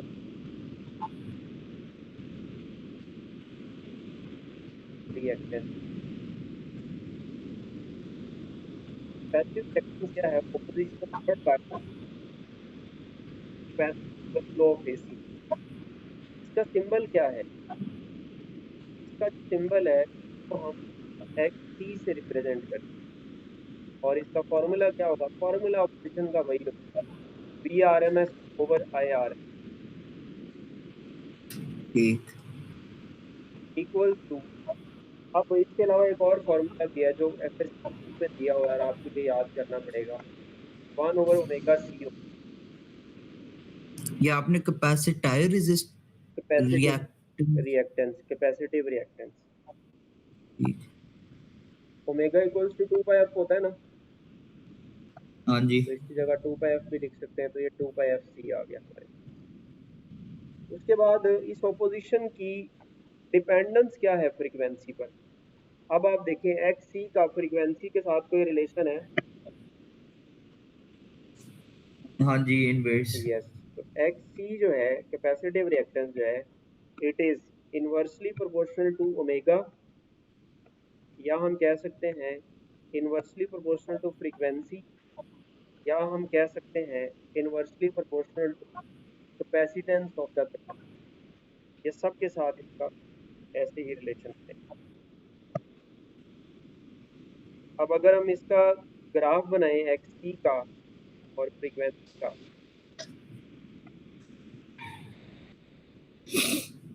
तो वो तो वाई नेगेटिव। एक्सिस पर एक्स सी ले लें और एक्स एक्सिस पर फ्रीक्वेंसी ले लें या एंगुलर फ्रीक्वेंसी ले लें, तो इसका ग्राफ क्योंकि दोनों में इन्वर्स रिलेशन है, तो इसका एक इन्वर्स ग्राफ बनेगा।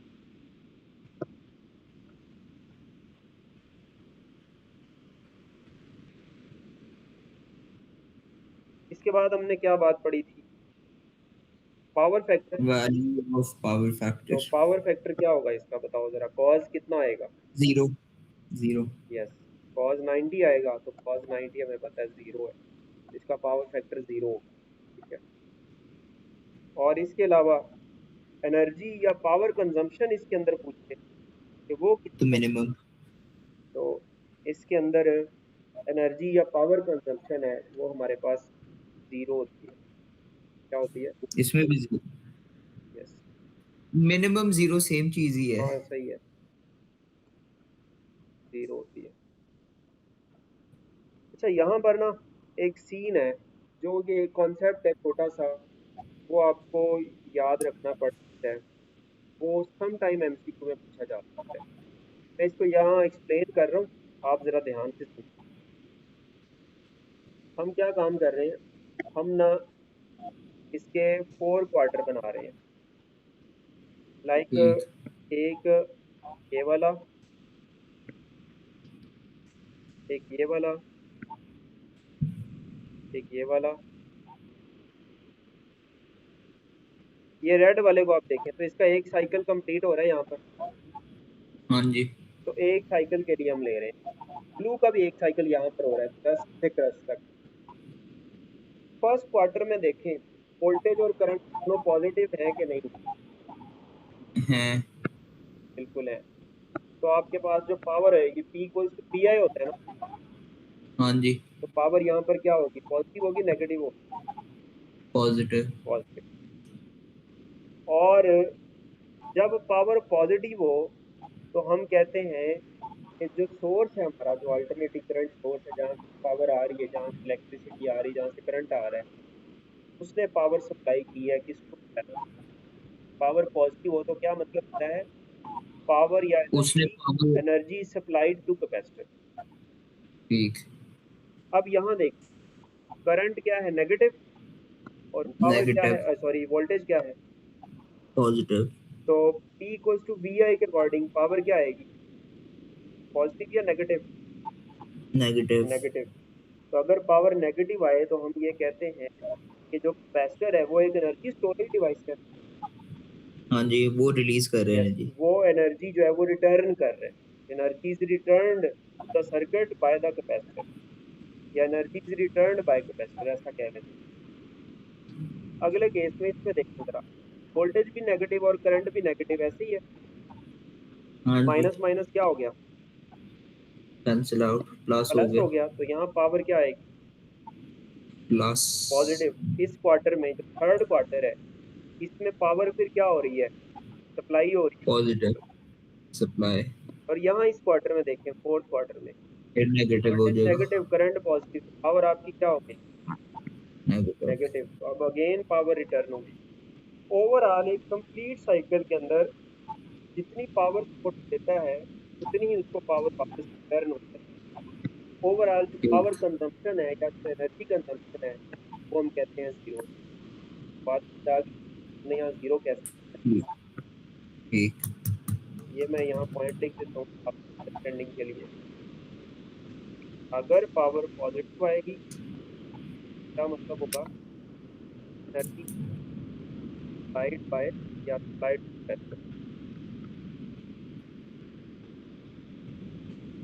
Energy is supplied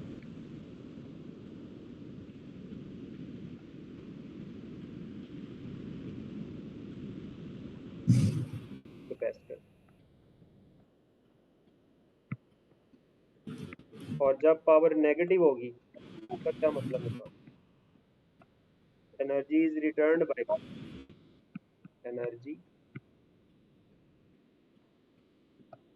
is returned, बस इतना ही काफी, अंडरस्टूड। इसके बाद क्या चीज़ है हमारे पास, इंस्टेंटेनियस पावर। तो हाँ जी इंस्टेंटेनियस पावर अगर हमें निकालनी हो, तो के केस में हम क्या काम करते हैं,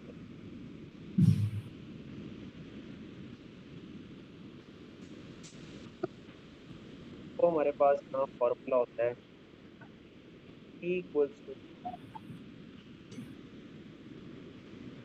V not I not by 2 into sin of 2 omega t।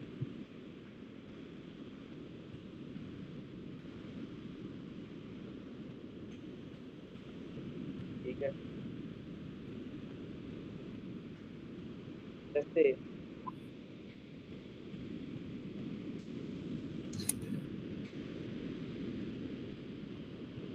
अ, इस पॉइंट पर देखते हैं, चलें खैर, वो आपको अगर इंस्टेंटेनियस पावर कहेगा ना कोई एंगल आप गिवन होगा, उस केस में हम ये वाला फॉर्मूला लगाएंगे, या omega T equal to theta आप लिख सकते ठीक। हैं। वो एंगल आप गिवन होगा, उस केस में आप फॉर्मूला यूज करेंगे, अदरवाइज आप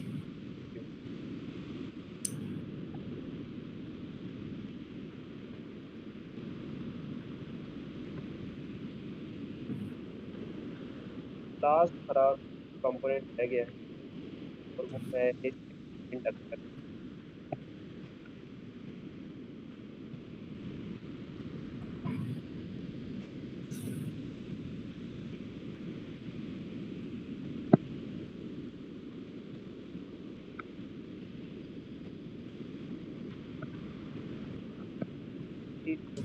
इंडक्टर, तब इंडक्टर में से अल्टरनेटिंग करंट की बात करेंगे, देखते हैं इसका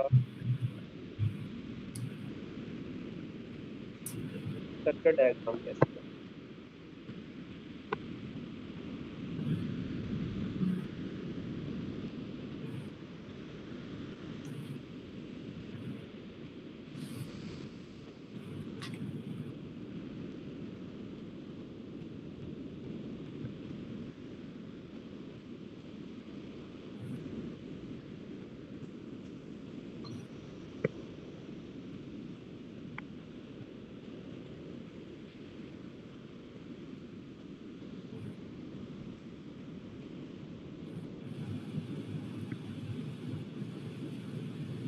इसमें अब हम अल्टरनेटिंग फोर्स के साथ एक इंडक्टर क्या होता है, कोई सोलेनोइड टाइप चीज आप ले लें उसको, लाइक ये एक स्प्रिंग टाइप चीज है, कोई भी मेटेलिक कंडक्टर हो सकता है स्प्रिंग नुमा शेप में, उसको हम इंडक्टर बोलते हैं, और इंडक्टेंस को कैपिटल एल से, और ये हमारे पास एसी सोर्स है। अब हम बात करते हैं कि इसकी इक्वेशंस क्या होगी यहाँ पर।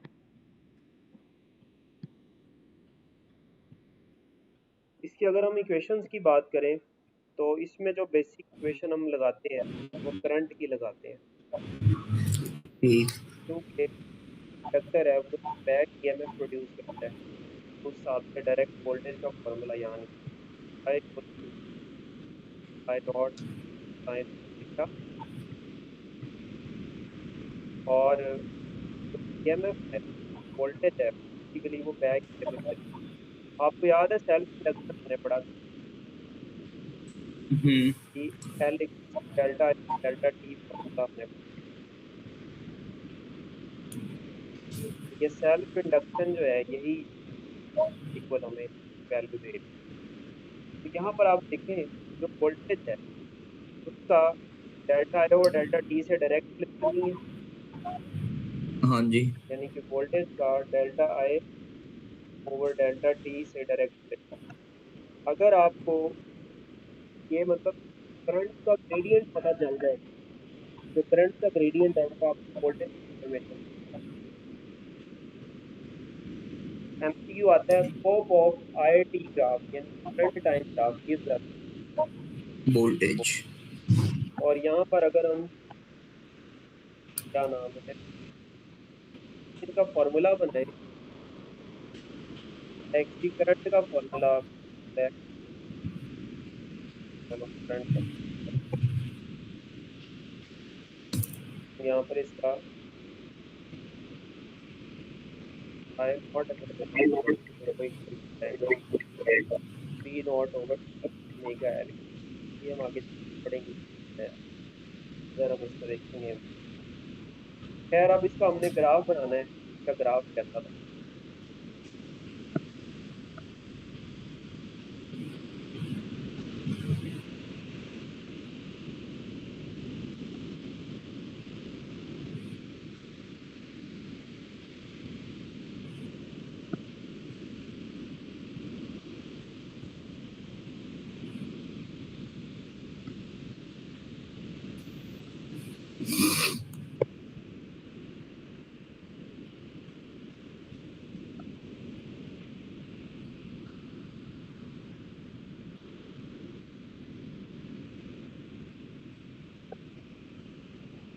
And battery low.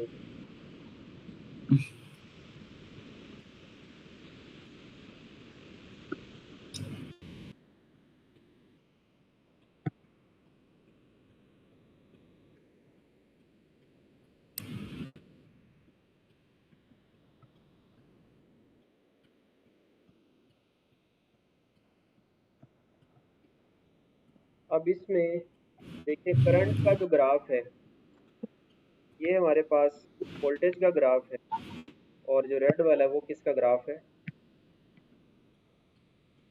करंट का ग्राफ है। ठीक है, बिकॉज ये साइन वाला जो ग्राफ है ये करंट का बनेगा। अब इसके अंदर अगर ठीक। हम देखें फेज कितना है हमारे पास?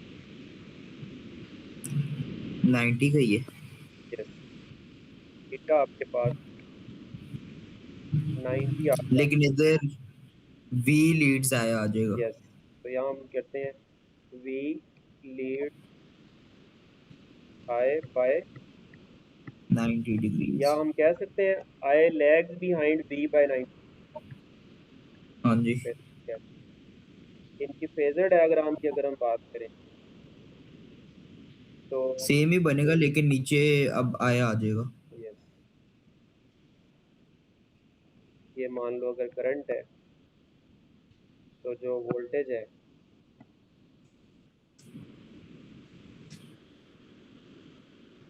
ये और इसकी ऑपोजिशन को हम बोलते हैं, जैसे इसको कैपेसिटिव रिएक्टेंस कहा था, इसको हम बोलते हैं इंडक्टिव रिएक्टेंस। क्या बोलते हैं? Inductive reactance. Inductive reactance.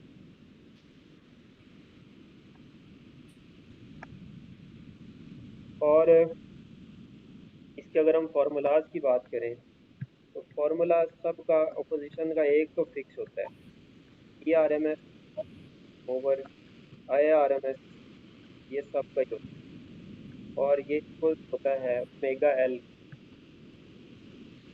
और ओमेगा इक्वल 2 पाई एफ लिखें, 2 पाई एफ एल। और अगर हम इसका ग्राफ बनाएं, डिपेंडेंस की थोड़ी बात करें, ज़रा 2 मिनट वेट कर।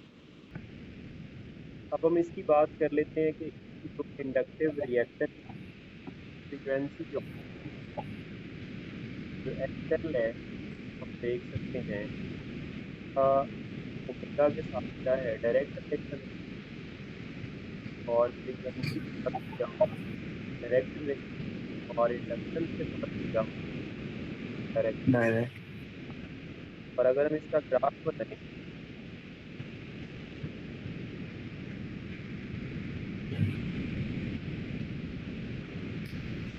तो वाई एक्सिस पर फ्रीक्वेंसी ले लेते हैं, सॉरी एक्स एक्सिस पर, या ओमेगा ले लेते हैं, और इधर हम एक्सएल ले लेते हैं।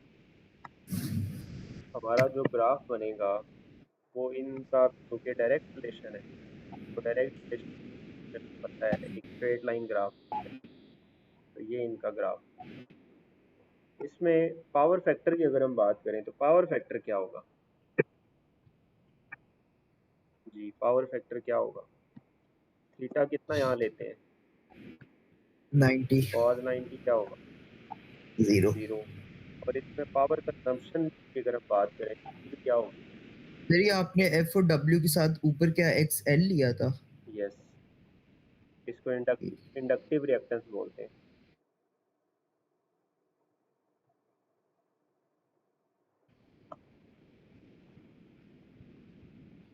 और ये सारे फैक्टर जो हैं वो सेम आ जाएंगे जो हमारे पास कैपेसिटर के केस में थे, वही इंडक्टर के केस में, कोई डिफरेंस नहीं आएगा।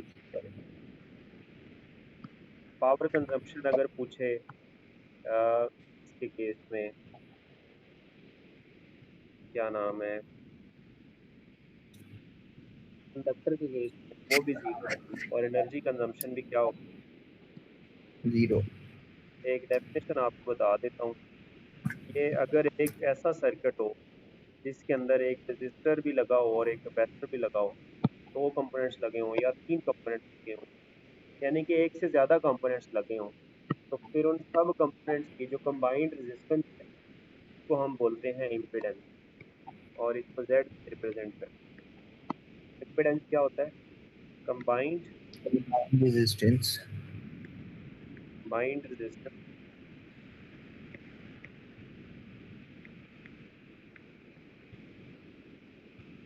रेजिस्टेंस ऑफ टू और more components. Of R and X कह सकते हैं।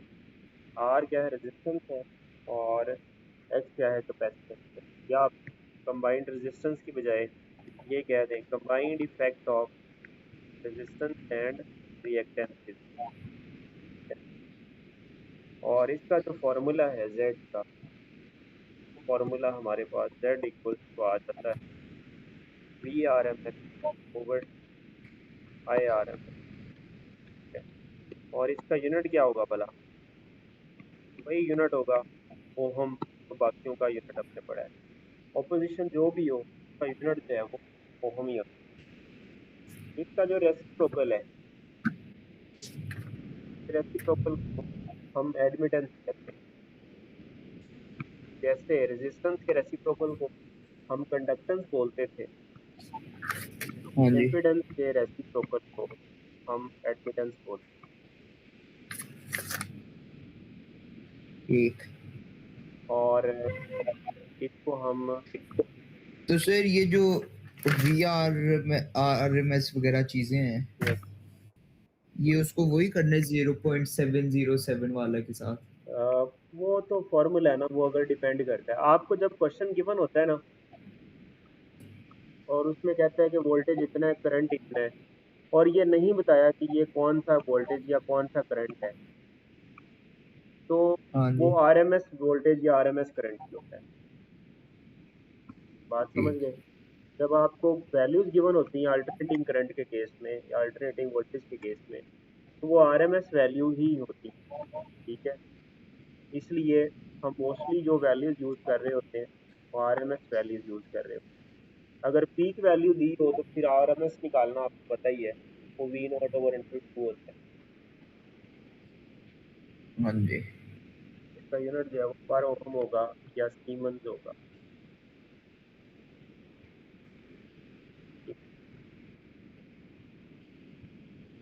अच्छा, ये हमारा ना टॉपिक वैसे यहाँ क्लोज हो गया है, लेकिन थोड़ा सा इसको ना, थोड़ा सा एक हल्का सा टच कर लेते हैं। अगर आर और सी कंबाइन आ जाए, रजिस्टर और कैपेसिटर कंबाइन लगे हों, फिर हमारे पास मतलब एक ऐसा सर्किट है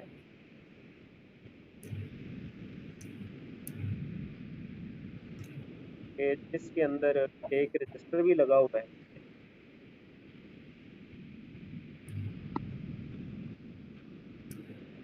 और एक कैपेसिटर भी लगा हुआ है।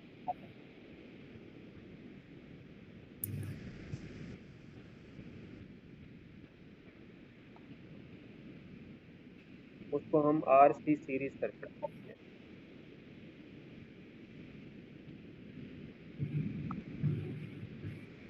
मान लो यहाँ एक कैपेसिटर लगा हुआ है और एक रजिस्टर लगा हुआ है।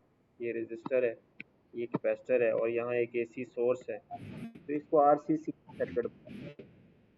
ठीक है, और इसके अंदर इम्पीडेंस की निकालने का फॉर्मूला होता है।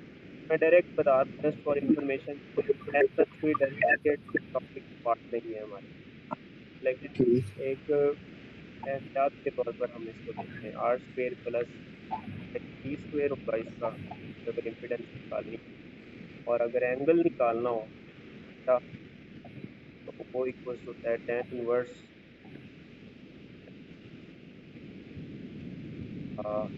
T over R. और इसमें लीड कौन करता है? इसमें करंट लीड करता है voltage, current Leeds voltage bye angle theta. वो थीटा कितना होगा वो हम इस फॉर्मूला से निकाल। हमें एग्जैक्ट नहीं पता ठीक। थीटा कितना 45 है 30 है, वो थीटा जो ये जो आपने I is greater than V लिखा है, इसका यही मतलब है I leads V by theta. Yes exactly इसका यही मतलब है। इसके साथ एक और आखिरी बात मैं आपसे करूँगा, वो है आरएल सीरीज सर्किट। ये एफएससी की बुक में एक्सप्लेन हुए हैं, लेकिन चूंकि ये सिलेबस का डायरेक्ट पार्ट नहीं है तो इसलिए फिर हम इनका सच नहीं पढ़ रहे। अब देखें आरएल में अंडरस्टूड है, यहाँ इसके साथ इस कैपेसिटर की जगह क्या चीज़ आ जाएगी, एल वाला। इंडक्टर आ जाएगा। यस, तो अब ये हमारे पास जब सीन बनेगा तो इसमें अब वोल्टेज लीड करता है करंट को बाय एंगल थीटा, और कितना थीटा होता है, थीटा अगर फाइंड करना हो तो उसका फॉर्मूला होता है tan inverse RL series circuit में tan inverse XL over, XL के सारे फॉर्मूलाज यहाँ फिट हो सकते हैं ओवर आर, और इनकी जो इम्पिडेंस होती है वो Z equals under root R square plus omega L square. ठीक है, इस तरीके से इम्पिडेंस फाइंड कर सकते हैं। अगर मैं दो तीन बातें आपको, वैसे हम इसको डिटेल में पढ़ेंगे इलेक्ट्रोमैग्नेटिक वेव्स को, जब हम उसमें जाएंगे ना, क्या नाम है, क्वांटम में इसको हम और फर्दर पढ़ेंगे, लेकिन कुछ बातें जो है मैं आपको यहाँ भी बता देता हूँ।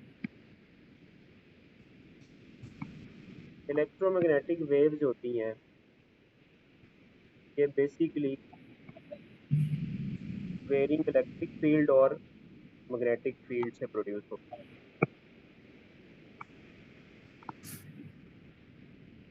वेरिंग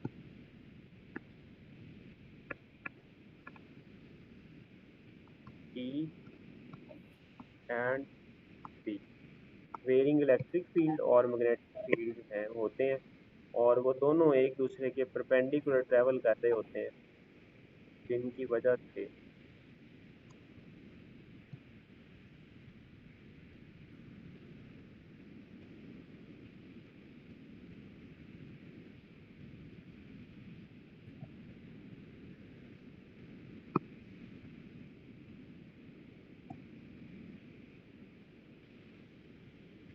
मैं इस पे एक डायग्राम देने की कोशिश करता हूँ, अल्लाह करे कि इसमें मैं कामयाब हो जाऊँ।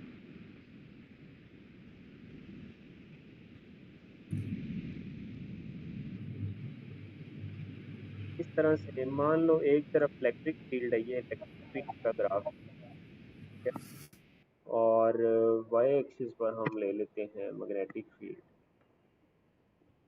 ये वाई एक्सिस पर मैग्नेटिक फील्ड है।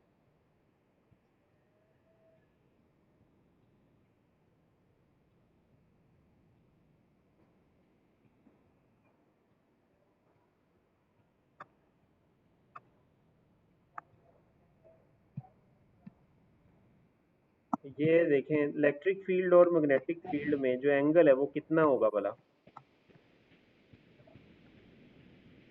तो मुझे तो समझ ही नहीं आ रही आप बना क्या रहे हैं। बेटा आप देखें ऐसे ना, एक इलेक्ट्रिक फील्ड इस तरह से है और मैग्नेटिक फील्ड जो है ना वो इस तरह से है, ये बी मैग्नेटिक फील्ड का सिंबल है और ई किसका सिंबल है, इलेक्ट्रिक फील्ड। इलेक्ट्रिक फील्ड का सिंबल है। अब ये इलेक्ट्रिक फील्ड और मैग्नेटिक फील्ड जो दोनों हैं, ये एक दूसरे के परपेंडिकुलर ट्रेवल कर रही होती है, और इन दोनों फील्ड्स के कम्बिनेशन को हम इलेक्ट्रोमैग्नेटिक वेव क्या बोलते हैं। अब मैंने एक विजुलाइज इलेक्ट्रोमैग्नेट। कराने की कोशिश की, आई होप थोड़ा बहुत आप अंडरस्टैंड कर रहे हो, थोड़ा बहुत तो करें यार, आप इतना भी ना करें कि बिल्कुल ही नहीं। समझ आ गई बस परपेंडिकुलर। हाँ, यस, एक इलेक्ट्रिक फील्ड है और एक मैग्नेटिक फील्ड है, इनकी नेचर चूंकि ट्रांसवर्स होती है, दैट्स वाई मैंने इसका ट्रांसवर्स व्यू बनाया। और इधर इसकी क्या है, इधर इसकी वेलोसिटी की डायरेक्शन है। ठीक है, ये इसका वेलोसिटी वेक्टर है। और अगर हम फर्दर इसमें देखें तो ये जो इलेक्ट्रोमैग्नेटिक वेव्स होती हैं ये कितनी हमने पढ़ी हुई हैं, हमने पढ़ा था 7 पढ़ी थी ना, एक वॉयल क्या नाम है, गैमा रेज, एक्स रेज, और क्या नाम है उसका, माइक्रोवेव इंफ्रारेड। यस एग्जैक्टली, वो सारी। ठीक है, तो वो सारी हमने पढ़ी हुई ऑलरेडी, और इसको मैं यहाँ फर्दर नहीं आपके सामने डिस्कस करता। ठीक है, और उनकी हमने फ्रीक्वेंसीज की रेंज भी पढ़ी। ठीक है, फर्दर हम जब आगे जाएंगे क्वांटम के अंदर, तो हम उनकी जो विजिबल स्पेक्ट्रम है फर्दर उनको पढ़ लेंगे। जो इलेक्ट्रोमैग्नेटिक वेव्स हैं ये प्रोड्यूस कैसे होती हैं? ये प्रोड्यूस होती हैं by an accelerating charge, produce by an accelerating charge. जब एक चार्ज एक्सेलरेट करता है तो ये electromagnetic wave produce, accelerating charge. और इसकी अगर हम स्पीड की बात करें तो सबकी स्पीड सेम होती है, c इक्वल्स टू होता है 1/√, म्यू नॉट एप्सिलॉन नॉट। और ये हमने पढ़ा था इसके बारे में थोड़ा सा प्रीवियसली, और इसकी वैल्यू होती है, कांस्टेंट होती है सारी वेव्स की, 3 × 10⁸ मीटर पर सेकेंड होती है। ठीक है, खैर यही मैंने 2-3 बातें आपको बताई हैं, फर्दर हम इसको क्वांटम के अंदर मजीद इलेक्ट्रोमैग्नेटिक स्पेक्ट्रम को डिस्कस करेंगे। So this is all about alternating current. बाकी इंशाल्लाह हम फिर अगला चैप्टर। ठीक है, ओके सर।